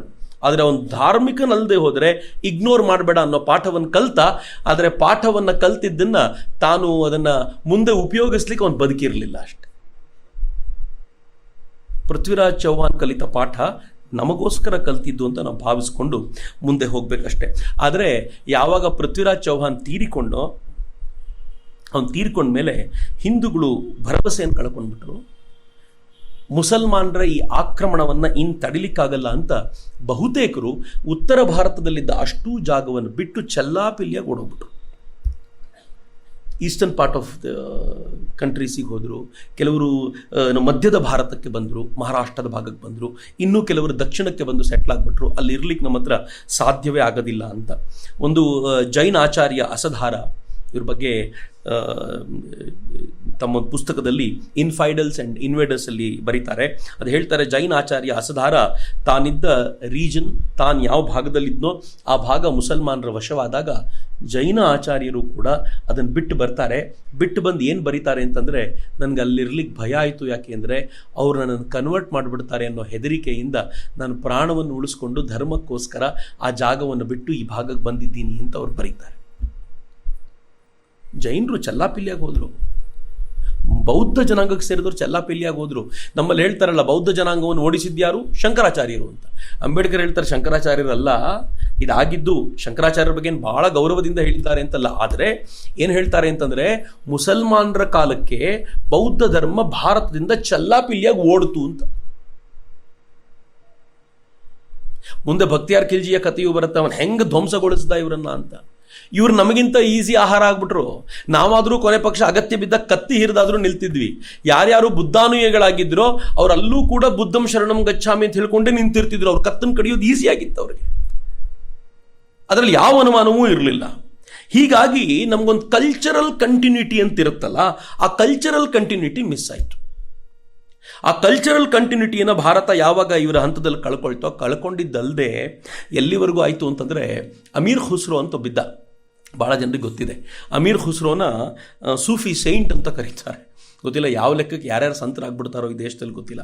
ಸೂಫಿ ಸೈಂಟ್ ಅಂತ ಕರೆಯುವಂಥ ಅಮೀರ್ ಖುಸ್ರೋ ತಾನೊಂದು ಮಾತನ್ನು ಬರೀತಾನೆ. ಆ ಮಾತನ್ನು ನಾನು ಹಾಗೆ ಕೋಟ್ ಮಾಡ್ತೀನಿ, ಇಂಗ್ಲೀಷನ್ನು ಕನ್ನಡಕ್ಕೆ ಅನುವಾದ ಮಾಡಿ ಹೇಳ್ತಿದ್ದೀನಿ ನಾನು. ಮುಸಲ್ಮಾನರು ಕಾನೂನಿಗೆ ಗೌರವ ಕೊಡೋದ್ರಿಂದ ಹಿಂದೂಗಳು ಬಚಾವಾದರು ಅಂತ ನಾವು. ಇಲ್ಲವಾಗಿದ್ದರೆ ಈ ಹೋಲಿ ವಾರ್ ನಡೆಸುವಂಥ ಈ ಸೈನಿಕರು ಕಾಡನ್ನು ಸುಡುವ ಬೆಂಕಿಯಂತೆ ಇಡೀ ಹಿಂದೂಸ್ತಾನವನ್ನು ಸುಟ್ಟು ಭಸ್ಮ ಮಾಡ್ತಿದ್ರು. ಆದರೆ ಅವ್ರು ಕಾನೂನಿಗೆ ಬೆಲೆ ಕೊಡ್ತಾರೆ. ಏನು ಕಾನೂನು? ಇಂಟ್ರೆಸ್ಟಿಂಗ್. ಏನು ಕಾನೂನು ಅಂತಂದರೆ, ಇಸ್ಲಾಂನಲ್ಲಿ ಒಬ್ಬ ವ್ಯಕ್ತಿ ತಾನು ಇನ್ಫೈಡಲ್ ಆಗಿರೋದಕ್ಕೆ, ಕಾಫಿರ್ನಾಗಿರೋದಕ್ಕೆ, ಅಥವಾ ಅವನು ಬಹುದೇವತಾ ವಿಶ್ವಾಸಿಯಾಗಿರೋದಕ್ಕೆ ಅವನು ತಾನು ಆಗಿರ್ಬೋದು, ಜೊತೆಗೆ ಒಂದು ಟ್ಯಾಕ್ಸ್ ಕಟ್ಟಿದರೆ ಸಾಕು ಅಂತ. ಅಂದರೆ ನಾನು ಅಫ್ಘಾನಿಸ್ತಾನದಲ್ಲೋ ಅರಬ್ ಕಂಟ್ರೀಸ್ನಲ್ಲೋ ಹಿಂದೂ ಆಗಿರ್ಬೋದು, ಪ್ರೊವೈಡೆಡ್ ನಾನು ಹಿಂದೂ ಆಗಿರ್ತೀನಿ ಅಂತೇಳಿ ಟ್ಯಾಕ್ಸ್ ಕಟ್ಟಿದರೆ ದೇ ಹ್ಯಾವ್ ರೂಲ್. ಆ ರೂಲ್ ಪ್ರಕಾರ, ಆ ರೂಲ್ ಇರೋದ್ರಿಂದ ಯು ಆರ್ ಸೇವ್ಡ್. ಇಲ್ಲದೆ ಹೋಗಿದ್ರೆ ನಿಮ್ಮನವ್ರು ಕೊಂದಾಕ್ಬಿಡ್ತಿದ್ರು ಅಂತ ಏನು ಸೊಲಿಸಾಗಿ ಹೇಳ್ತಾನ್ರಿ. And we call him saint. ಹಿಂದೂಗಳನ್ನ ಜಿಮ್ಮೀಸ್ ಅಂತ ಕರೀತಿದ್ರು. ಧಿಮ್ಮಿ ಅಂತಾನೂ ಹೇಳ್ತಾರೆ ಭಾಳ ಜನ ಪದದ ಪ್ರಯೋಗ. ಜಿಮ್ಮಿಗಳು ಅಂತಂದ್ರೆ ಇವರು ಟ್ಯಾಕ್ಸ್ ಕಟ್ಟಿ ಹಿಂದೂಗಳಾಗಿರೋದು ಅಂತ. ಹಿಂದೂಗಳಾಗಿರೋದಕ್ಕೆ ಟ್ಯಾಕ್ಸ್ ಕಟ್ಟಬೇಕು ಇರುವಂತ ಮೈನಾರಿಟೀಸ್ ಹೆಂಗ್ ಬದುಕಿದ್ವಿ ನೋಡಿ. ನಾವು ಹಿಂಗೆ ಆಗಿರಬೇಕು ಅಂದರೆ ಹೀಗಿರಬೇಕು ಅಂತ ಹಂಗಾದ್ವಿ ಒಟ್ಟಿನಲ್ಲಿ. ಆದರೆ ಇವನು ಅಲ್ಲಿಗೆ ಸುಮ್ಮನೆ ಇರಲಿಲ್ಲ, ಅಜ್ಮೇರ್ಗೆ ನುಗ್ದ, ಅಜ್ಮೇರ್ನಲ್ಲಿರುವಂಥ ದೇವಸ್ಥಾನಗಳನ್ನು ಧ್ವಂಸಗೊಳಿಸಿದ. ಅಲ್ಲಿರುವಂಥ ಒಂದು ಸಂಸ್ಕೃತದ ಕಾಲೇಜ್, ವಿಗ್ರಹ ರಾಜ ಅನ್ನುವಂಥ ಒಂದು ಸಂಸ್ಕೃತ ಕಾಲೇಜನ್ನು ಪೂರ್ತಿ ಕನ್ವರ್ಟ್ ಮಾಡಿ ಒಂದು ದೊಡ್ಡದಾಗಿರುವಂಥ ಮಾಸ್ಕನ್ನು ಮಾಡಿ ಮುಂದೆ ದೆಹಲಿಗೆ ನುಗ್ದ, ಇಂದ್ರಪ್ರಸ್ಥದಲ್ಲಿ ಉಳ್ಕೊಂಡ. ಇದಾದಮೇಲೆ ಆತ ಏನು ಮಾಡಿದ, ತಾನು ವಾಪಸ್ ಹೋಗೋಕ್ಕಿಂತ ಮುಂಚೆ ಇಲ್ಲಿವರೆಗೂ ಲೂಟಿ ಮಾಡ್ತಿದ್ರು, ವಾಪಸ್ ಹೋಗ್ಬಿಡ್ತಿದ್ರು. ಒಬ್ಬ ಗವರ್ನರ್ ಅಂತ ನೇಮಕ ಮಾಡ್ತಿದ್ರು. ಇವನಿಗೆ ಮಕ್ಕಳು ಅಂತ ಏನಿರಲಿಲ್ಲ ಘೋರಿಗೆ, ಆದರೆ ದೊಡ್ಡ ಬಂಚ್ ಆಫ್ ಸ್ಲೇವ್ಸ್ ಇದ್ದರು ಇವನಿಗೆ. ತಾನು ಎಲ್ಲೆಲ್ಲಿ ಗೆದ್ನೋ ಅಲ್ಲಿ ತನ್ನ ಸ್ಲೇವ್ಗಳನ್ನೇ ಇಟ್ಟು ಹೋಗ್ತಿದ್ದ. ಹಾಗೆ ಭಾರತಕ್ಕೆ ಬಿಟ್ಟು ಹೋದಂಥ ಸ್ಲೇವ್ನ ಹೆಸರು ಕುತುಬ್ದಿನ್ ಐಬಕ್ ಅಂತ. ಮಹಮ್ಮದ್ ಘೋರಿ ಇರೋವರೆಗೂ ಅದು ಘೋರಿಯ ಸಾಮ್ರಾಜ್ಯ ಅಂತಲೇ ಅನಿಸ್ಕೊಳ್ತಿತ್ತು. ಘೋರಿ ಸತ್ತ ಮೇಲೆ ಅದು ಗುಲಾಮಿ ಸಂತತಿಯ ಆರಂಭ ಆಯಿತು. ಏನು ದುರದೃಷ್ಟ ರೀ, ಗುಲಾಮನಿಂದ ಆಳಿಸ್ಕೊಳ್ಬೇಕಾಯ್ತು. ವಿವೇಕಾನಂದರು ಒಂದು ಮಾತನ್ನು ಹೇಳ್ತಾರೆ, ನಂಗೆ ಕೆಲವು ಬಾರಿ ಅನ್ಸುತ್ತೆ ನಮ್ಗೆ ಸರಿಯಾಗಿರೋ ಪಾಠ ಭಗವಂತ ಕೊಟ್ಟಿದ್ದು ಅಂತ, ಸರಿಯಾಗಿರೋ ಚಾಟಿ ಬೀಸಿದ ಭಗವಂತ ಅಂತ. ಅವ್ರೇನು ಹೇಳ್ತಾರೆ ಅಂತಂದರೆ, ಒಂದಷ್ಟು ವರ್ಗದ ಜನರನ್ನ ದೂರ ಇಟ್ರಲ್ಲ ನೀವು, ಮುಟ್ಟಿಸ್ಕೊಳ್ಳಲ್ಲ, ಹತ್ರಕ್ಕೆ ಸೇರ್ಕೊಳ್ಳಲ್ಲ, ಒಳಗೆ ಬಿಟ್ಕೊಳ್ಳಲ್ಲ ಅಂದ್ರಲ್ಲ, ಅದಕ್ಕೋಸ್ಕರವೇ ಶಾಪ ಭಗವಂತ ಕೊಟ್ಟಿರೋದು ನಿಮಗೆ ಅಂತ. ಆ ಶಾಪವನ್ನು ಅನುಭವಿಸ್ಬೇಕು ನೀವು ಅಂತ ವಿವೇಕಾನಂದರು ಬೈತಾರೆ ನಮಗೆಲ್ಲ. ಶಾಪ ಹೆಂಗೆ ಕೊಟ್ಟ ಅಂದರೆ ಭಗವಂತ ಹೆಂಗೆ ಚಾಟಿ ಬೀಸ್ದ ಅಂತಂದರೆ, ನವಾಬನ ಹತ್ರ ಆಳಿಸ್ಕೊಳ್ಳೋದಲ್ಲ, ಅವನ ಸ್ಲೇವ್ ಹತ್ರ ಆಳಿಸ್ಕೊಳ್ಳೋ ಸ್ಥಿತಿ ತಂದ್ಬಿಟ್ಟ. ಹಾಗೆ ಬಂದವನೇ ಕುತುಬ್ದಿನ್ ಐಬಕ್ ಅಂತ. ಆತ ಏನು ಮಾಡಿದ, ಕುತುಬ್ದಿನ್ ಐಬಕ್ಕು, ಅವನು ಐಬಕ್ನ ಲೈಫೇ ತುಂಬ ವಿಚಿತ್ರವಾಗಿರುವಂಥದ್ದು. ಅವನು ತುರ್ಕರ ಹುಡುಗ. ತಂದೆಯೇ ಅವನನ್ನು ಒಬ್ಬ ಸ್ಲೇವ್ ಮಾರಾಟಗಾರರು ಯಾರಿರ್ತಾರಲ್ಲ ಅವ್ರಿಗೆ ಮಾರಾಟ ಮಾಡಿದ. ಮಕ್ಕಳು ಜಾಸ್ತಿ ಆಗ್ಬಿಟ್ರೆ ಏನೆಲ್ಲ ಆಗತ್ತೆ ನೋಡಿ ಕತೆ. ಸ್ಲೇವ್ಗಳಿಗೆ ಮಾರಾಟ ಮಾಡುವಂಥ ಬ್ರೋಕರ್ಸ್ ಇರ್ತಾರಲ್ಲ, ಆ ಬ್ರೋಕರ್ಗಳಿಗೆ ಇವನನ್ನು ಮಾರಾಟ ಮಾಡ್ದ. ಇವನೇನು ಮಾಡ್ದ, ಒಬ್ಬ ಕಾಜಿಗೆ ಅವನನ್ನು ಮಾರಾಟ ಮಾಡ್ದ. ಕಾಜಿ ಅಂತಂದರೆ ಈ ಕುರಾನ್ನ ಪಠಣ ಹೇಳ್ಕೊಡುವಂಥವನು ಕಾಜಿ ಅಂತ ಕರೀತಾರೆ. ಕಾಜಿಗೆ ಮಾರಾಟ ಮಾಡ್ದ. ಈ ಹುಡುಗನಲ್ಲಿರುವಂಥ ಆಸಕ್ತಿಯನ್ನು ಗಮನಿಸಿ ಕಾಜಿ ಏನು ಮಾಡ್ದ, ಇವನನ್ನು ಚೆನ್ನಾಗಿ ಎಜುಕೇಟ್ ಮಾಡಬೇಕು ಅಂತ ಎಜುಕೇಟ್ ಮಾಡಿಸ್ದ, ತುಂಬ ಪ್ರೀತಿಯಿಂದ ನೋಡ್ಕೊಂಡ. ಕಾಜಿ ತೀರ್ಕೊಂಡ ತಕ್ಷಣ ಆ ಕಾಜಿಯ ಮಕ್ಕಳು ಇವನು ನಮಗಿಂತ ಬುದ್ಧಿವಂತ ಇದ್ದಾನೆ ಅಂತ ಏನು ಮಾಡ್ಬಿಟ್ರು, ಇವನು ಹೆಂಗಿದ್ರು ಸ್ಲೇವ್ ಅಲ್ಲ, ತೆಗೆದು ಇನ್ನೊಬ್ಬ ಶ್ರೀಮಂತನಿಗೆ ಮಾರಾಟ ಮಾಡ್ಬಿಟ್ರು. ಇದು ಐಬಕ್ನ ಕತೆ. ಇದು ಆ ಶ್ರೀಮಂತ ಏನು ಮಾಡ್ದ, ಸ್ಫುರದ್ರೂಪಿಯಾಗಿರುವಂಥ ಈ ಯುವಕನನ್ನು ಕರ್ಕೊಂಡು ಗೋರಿ ಹತ್ರ ಬಿಟ್ಟ. ಸ್ಫುರದ್ರೂಪಿ ಅಂತ ಮತ್ತೆ ಆ್ಯಡ್ ಮಾಡ್ತೀನಿ, ನಾನು ನಿನ್ನೆ ಹೇಳಿದ್ದೆ ಯಾಕಿರ್ಬೋದು ಅಂತ. ಸ್ಫುರದ್ರೂಪಿ ಯುವಕ ಆಗಿದ್ದ ಅಂತೇಳಿ ಗೋರಿ ಹತ್ರ ತಗೊಂಡೋಗ್ಬಿಟ್ಟ. ಗೋರಿ ಅವನನ್ನು ನೋಡಿ ಭಾಳ ಖುಷಿ ಪಟ್ಕೊಂಡು ಅವನನ್ನು ಪ್ರೀತಿಯಿಂದ ಬೆಳೆಸ್ದ, ಚೆನ್ನಾಗಿ ಮಾಡ್ದ. ಎರಡನೇ ತರೈನ್ ಯುದ್ಧದಲ್ಲಿ ಇವನು ಹೋರಾಟದ ತೀವ್ರತೆಯನ್ನು ಕಂಡಂಥ ಗೋರಿ ಏನು ಮಾಡ್ದ, ನೀನು ಭಾರತದಲ್ಲೇ ಉಳ್ಕೋ, ನನ್ನ ಸಾಮ್ರಾಜ್ಯವನ್ನು ಇಲ್ಲೇ ನೋಡ್ಕೋ ಅಂತ ದೆಹಲಿಗೆ ಹತ್ತಿರದಲ್ಲಿದ್ದ ಇಂದ್ರಪ್ರಸ್ಥದಲ್ಲಿ ಅವನನ್ನು ಬಿಟ್ಟ. ಇಂದ್ರಪ್ರಸ್ಥದಲ್ಲಿ ಇದ್ದಂಥ ಅವನು ಮುಂದೇನಾಯಿತು ಅಂತಂದರೆ, ನಿಧಾನವಾಗಿ ಈ ಹಂತದಲ್ಲಿ ಈ ಘೋರಿ ಆಗಾಗ ಬರ್ತಿದ್ದ. ಇಲ್ಲಿಗೆ ಮುಗಿಲಿಲ್ಲ ಅವನು, ಮತ್ತೆ ಬಂದಿದ್ದಾನ ಅವನು. ಹೀಗೆ ಬಂದವನು ನೆಕ್ಸ್ಟ್ ಟೈಮು ಕನ್ಯಾಕುಬ್ಜದಲ್ಲಿ ಜಯಚಂದ್ರ ಇದ್ದ.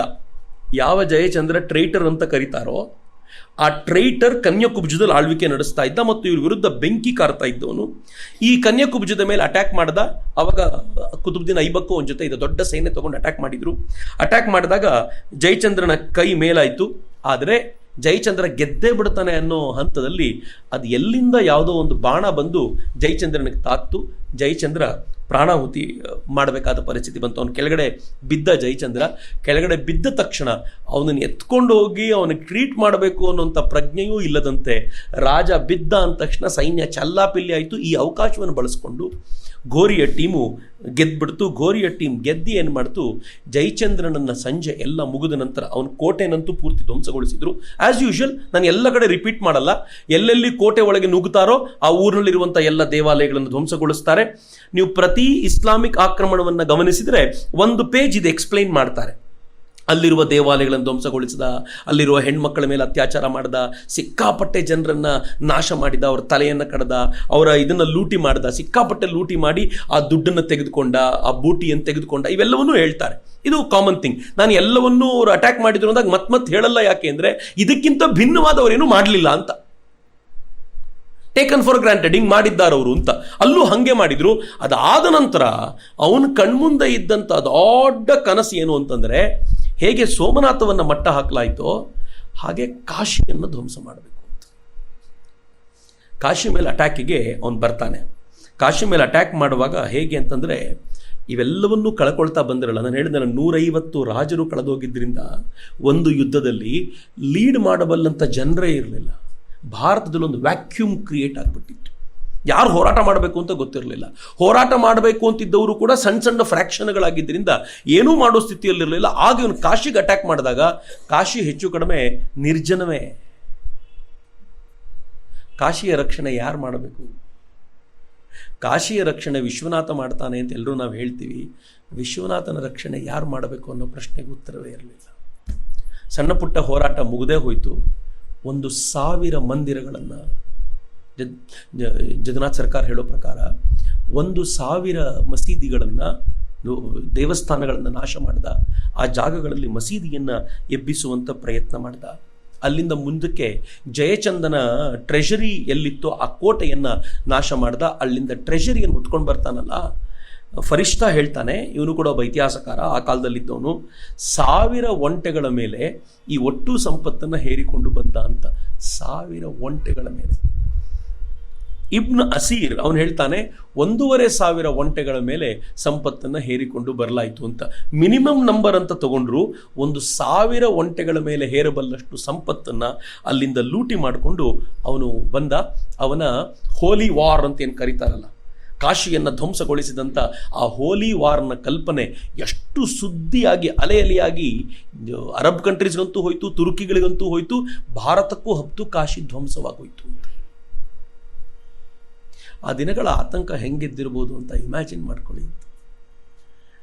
ನಮಗೆ ಒಬ್ಬ ನೂಪುರ್ ಶರ್ಮಾ ಕೇಸನ್ನೇ ಡೈಜೆಸ್ಟ್ ಮಾಡ್ಕೊಳಕ್ಕಾಗ್ತಿಲ್ಲ. ಒಬ್ಬ ನೂಪುರ್ ಶರ್ಮಾ ಕೇಸು, ಒಬ್ಬ ಕನಯ್ಯಲಾಲ್ನ ಹತ್ಯೆಯೇ ಜೀರ್ಣ ಮಾಡ್ಕೊಳಕ್ಕಾಗ್ತಿಲ್ಲ. ನಾವು ಕೇಳಿದ್ರೆ ನಿದ್ದೆ ಕಣಲು ಬೆಚ್ಚಿ ಬಿದ್ದು ಹೇಳ್ತೀವಿ.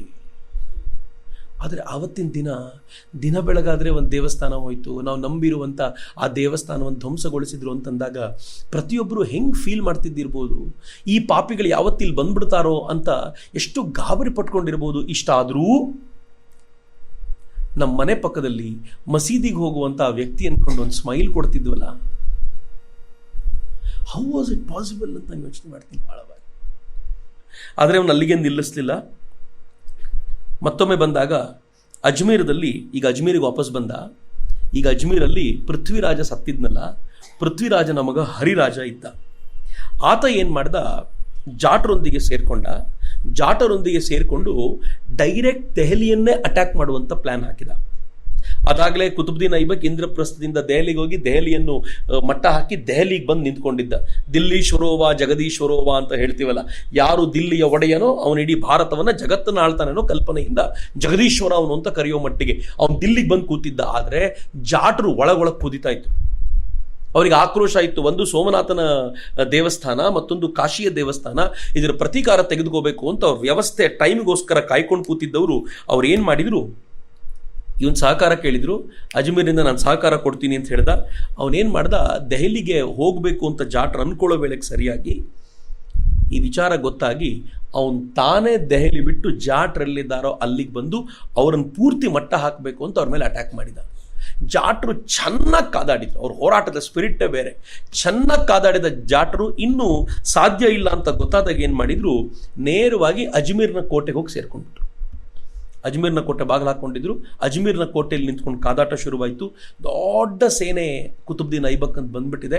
ಆ ಕುತುಬ್ದೀನ್ ಐಬಕ್ನ ಸೇನೆಯನ್ನು ತಾಳಲಾಗದೆ ಪೃಥ್ವಿರಾಜನ ಮಗ ಹರಿರಾಜ ಇನ್ನೂ ಸೋಲ್ತೀವಿ ಅಂತ ಗೊತ್ತಾದಾಗ ಅವ್ರ ಹತ್ರ ಸಿಕ್ಕಾಕೊಂಡು ಕೆಟ್ಟದ್ದನ್ನು ಅನುಭವಿಸೋಕ್ಕಿಂತ ಆತ್ಮಾಹುತಿ ಮಾಡ್ಕೊಳ್ಳೋದು ಮೇಲು ಅಂತ ತನಗೆ ತಾನೇ ಬೆಂಕಿ ಹಚ್ಕೊಂಡು ಪ್ರಾಣ ಬಿಟ್ಬಿಟ್ಟ. ನಾನು ಹೇಳಿದ್ನಲ್ಲ, ಆ ಪರಂಪರೆ ಶುರುವಾಗ್ಬಿಡ್ತು ಭಾರತದಲ್ಲಿ. ಅವ್ರು ಯಾವ ಪರಿ ಭಯಭೀತರನ್ನಾಗಿಸಿದ್ರು ಎಲ್ಲರನ್ನು ಅಂತಂದರೆ, ಇನ್ನು ಭಾರತದಲ್ಲಿ ಬದುಕೋದು ಸಾಧ್ಯ ಇಲ್ಲ ಅನ್ನೋ ದಿಕ್ಕಲ್ಲಿ ಅವ್ರು ತಯಾರು ಮಾಡಿಸಿದ್ರು. ಅಜ್ಮೇರ್ ಅವನ ಪರವಾಗಿ ಸೇರಿಕೊಳ್ತು. ಅವನು ಅಜ್ಮೇರನ್ನ ಗೆದ್ದ ಖುಷಿಗೆ, ಇವ್ರನ್ನೆಲ್ಲ ಮಟ್ಟ ಹಾಕಿದ್ದರ ಖುಷಿಗೆ ವಾಪಸ್ ಬರ್ತಾನಲ್ಲ, ವಾಪಸ್ ದೆಹಲಿಗೆ ಬರ್ತಾನೆ ವಿಜಯಶಾಲಿಯಾಗಿ. ಕುತುಬ್ದೀನ್ ಐಬಕ್, ಮಹಮ್ಮದ್ ಘೋರಿಯ ಸ್ಲೇವ್ ಕುತುಬ್ದೀನ್ ಐಬಕ್, ಅವನು ವಾಪಸ್ ದೆಹಲಿಗೆ ಬರ್ತಾನೆ. ದೆಹಲಿಗೆ ಬಂದಾಗ ಅವನಿಗೆ ಅನ್ನಿಸ್ತು ವಿಜಯೋತ್ಸವದ ಆಚರಣೆ ಆಗಬೇಕು. ವಿಜಯೋತ್ಸವ ಹೆಂಗೆ ಎಲ್ಲ ತಿರುಗಾಡ್ಕೊಂಡು ಮಾಡಿಕೊಂಡು ಹಿಂಗೆ ವಿಜಯೋತ್ಸವ ಅಲ್ಲ. ವಿಜಯೋತ್ಸವ ಹೇಗೆ ಮಾಡಬೇಕು ಅಂತಂದರೆ, ದೆಹಲಿಯ ಅಲ್ಲಿರುವಂಥ 27 ಹಿಂದೂ ಜೈನ ಮಂದಿರಗಳನ್ನು ಕೆಡವಿ ಕುವ್ವತ್ತುಲ್ ಇಸ್ಲಾಂ ಮಸ್ಜಿದ್ನಲ್ಲಿ ಕಟ್ಟಬೇಕು ಅಂತ ಆ ಮಸ್ಜಿದಿನ ಮಂದಿರಗಳನ್ನು ಕೆಡವಿ ಅದರ ಅವಶೇಷಗಳಿಂದ ಮಸ್ಜಿದನ್ನು ಕಟ್ಟಲಿಕ್ಕೆ ಶುರು ಮಾಡಿದ. ಅದನ್ನೇ ಕುತುಬ್ ಮಿನಾರ್ ಅಂತ ನಾವು ಕರೆಯೋದು. And we go there, will have a selfie. Qutub Minar ಭಾಳ ಚೆನ್ನಾಗಿದೆ, ನಾನು ಕುತುಬ್ ಮಿನಾರಿಗೆ ವಿಸಿಟ್ ಮಾಡಿದೆ, ನಮ್ಗೆ ಖುಷಿ ಆಗುತ್ತೆ. ಕುತುಬ್ ಮಿನಾರ್ ನಮ್ಮ ಅವಮಾನದ ಸಂಕೇತ ರೀ. ಈ ದೇಶದ ಹಿಂದೂ ರಾಜರ ಮೇಲೆ ಮಾಡಿದ ಅವಮಾನಕ್ಕೆ, ಈ ದೇಶದ ಒಟ್ಟಾರೆ ಈ ದೇಶದ ಮಾನಸಿಕ ಆಘಾತ ಆಗಿತ್ತಲ್ಲ, ಮಾನಸಿಕ ಆಘಾತದ ಸಂಕೇತವಾಗಿ ನಿಂತಿರೋದು.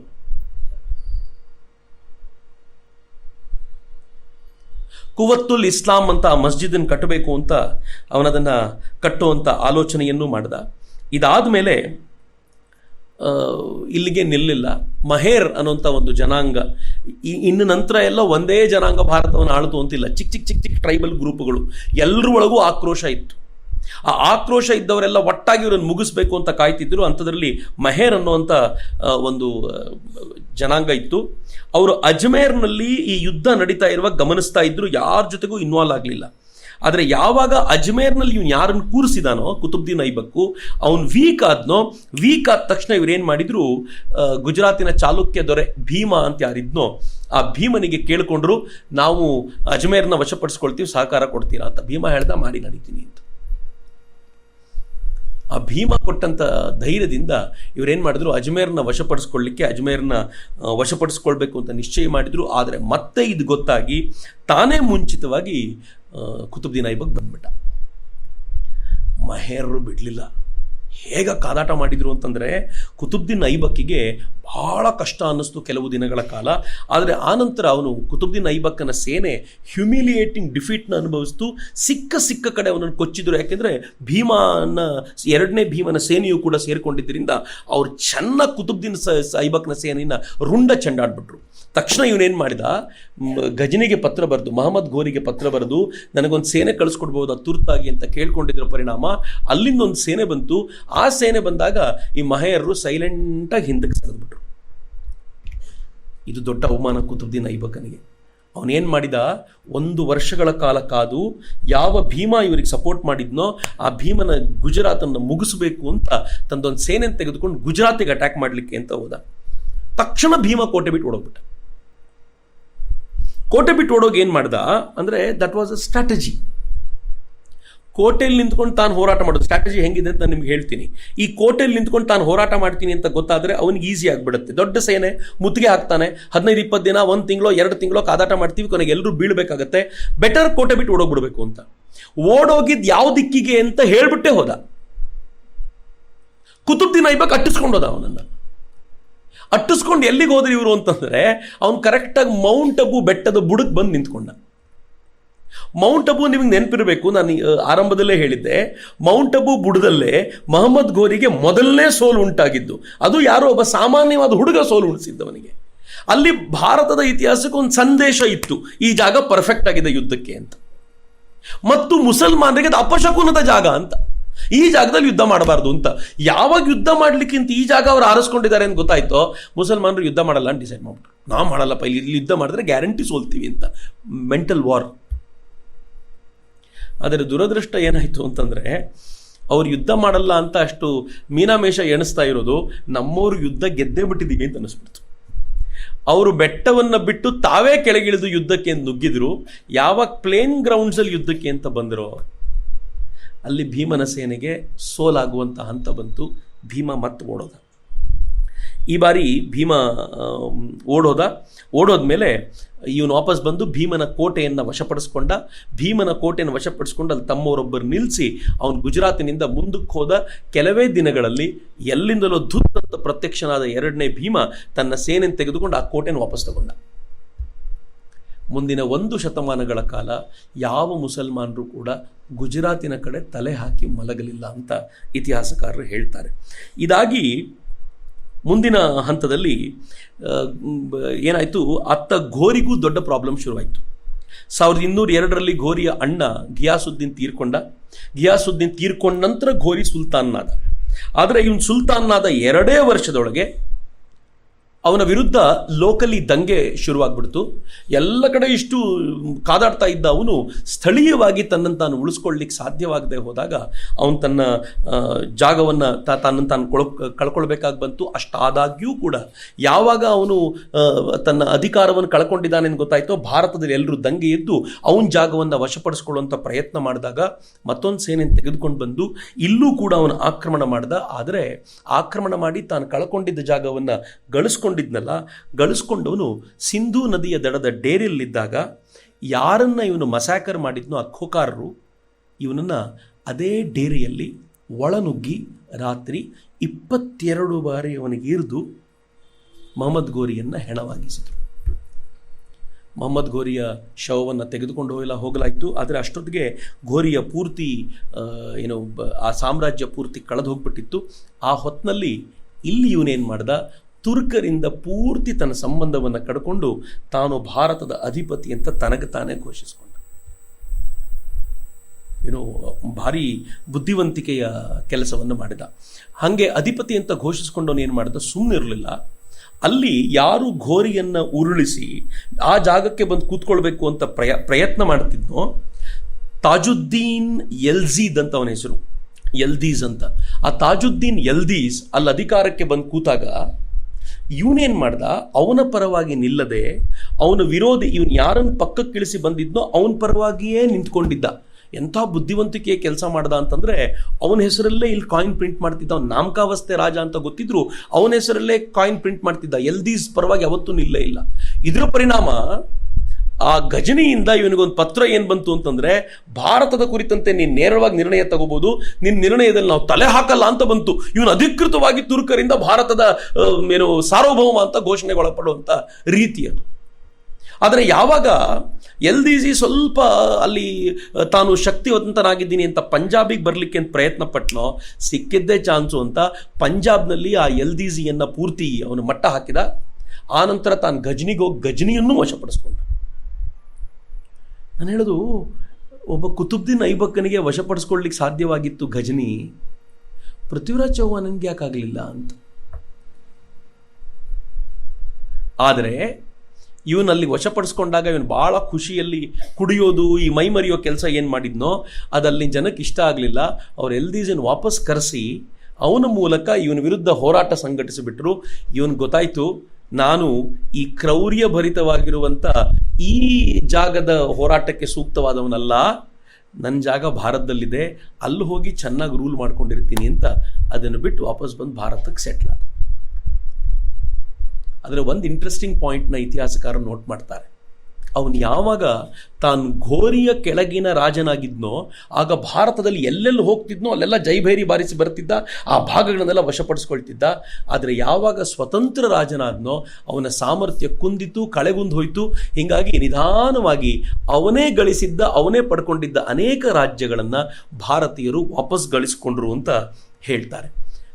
ಇದೇ ವ್ಯಕ್ತಿ ಮುಂದೆ ಎಲ್ಲಿವರೆಗೂ ಆದ ಅಂತಂದರೆ, ಅವನೊಂದು ಪೋಲೋ ಆಟ ಆಡ್ತಿರ್ಬೇಕಾದಾಗ ಅದಾದ ಕೆಲವೇ ವರ್ಷಗಳಲ್ಲಿ, ಪ್ರಾಬಬ್ಲಿ ತಾನು ಭಾರತದ ಸುಲ್ತಾನ ಅಂತ ಘೋಷಣೆಯಾದ 4 ವರ್ಷದಲ್ಲಿ ಕುದುರೆ ಮೇಲೆ ಕೂತ್ಕೊಂಡು ಆಡುವಂಥ ಪೋಲೋ ಆಟ ಆಡ್ತಿರುವಾಗ ಕುದುರೆಯಿಂದ ಕೆಳಗೆ ಬಿದ್ದು ಪಕ್ಕೆಲುಬು ಮುರಿತು.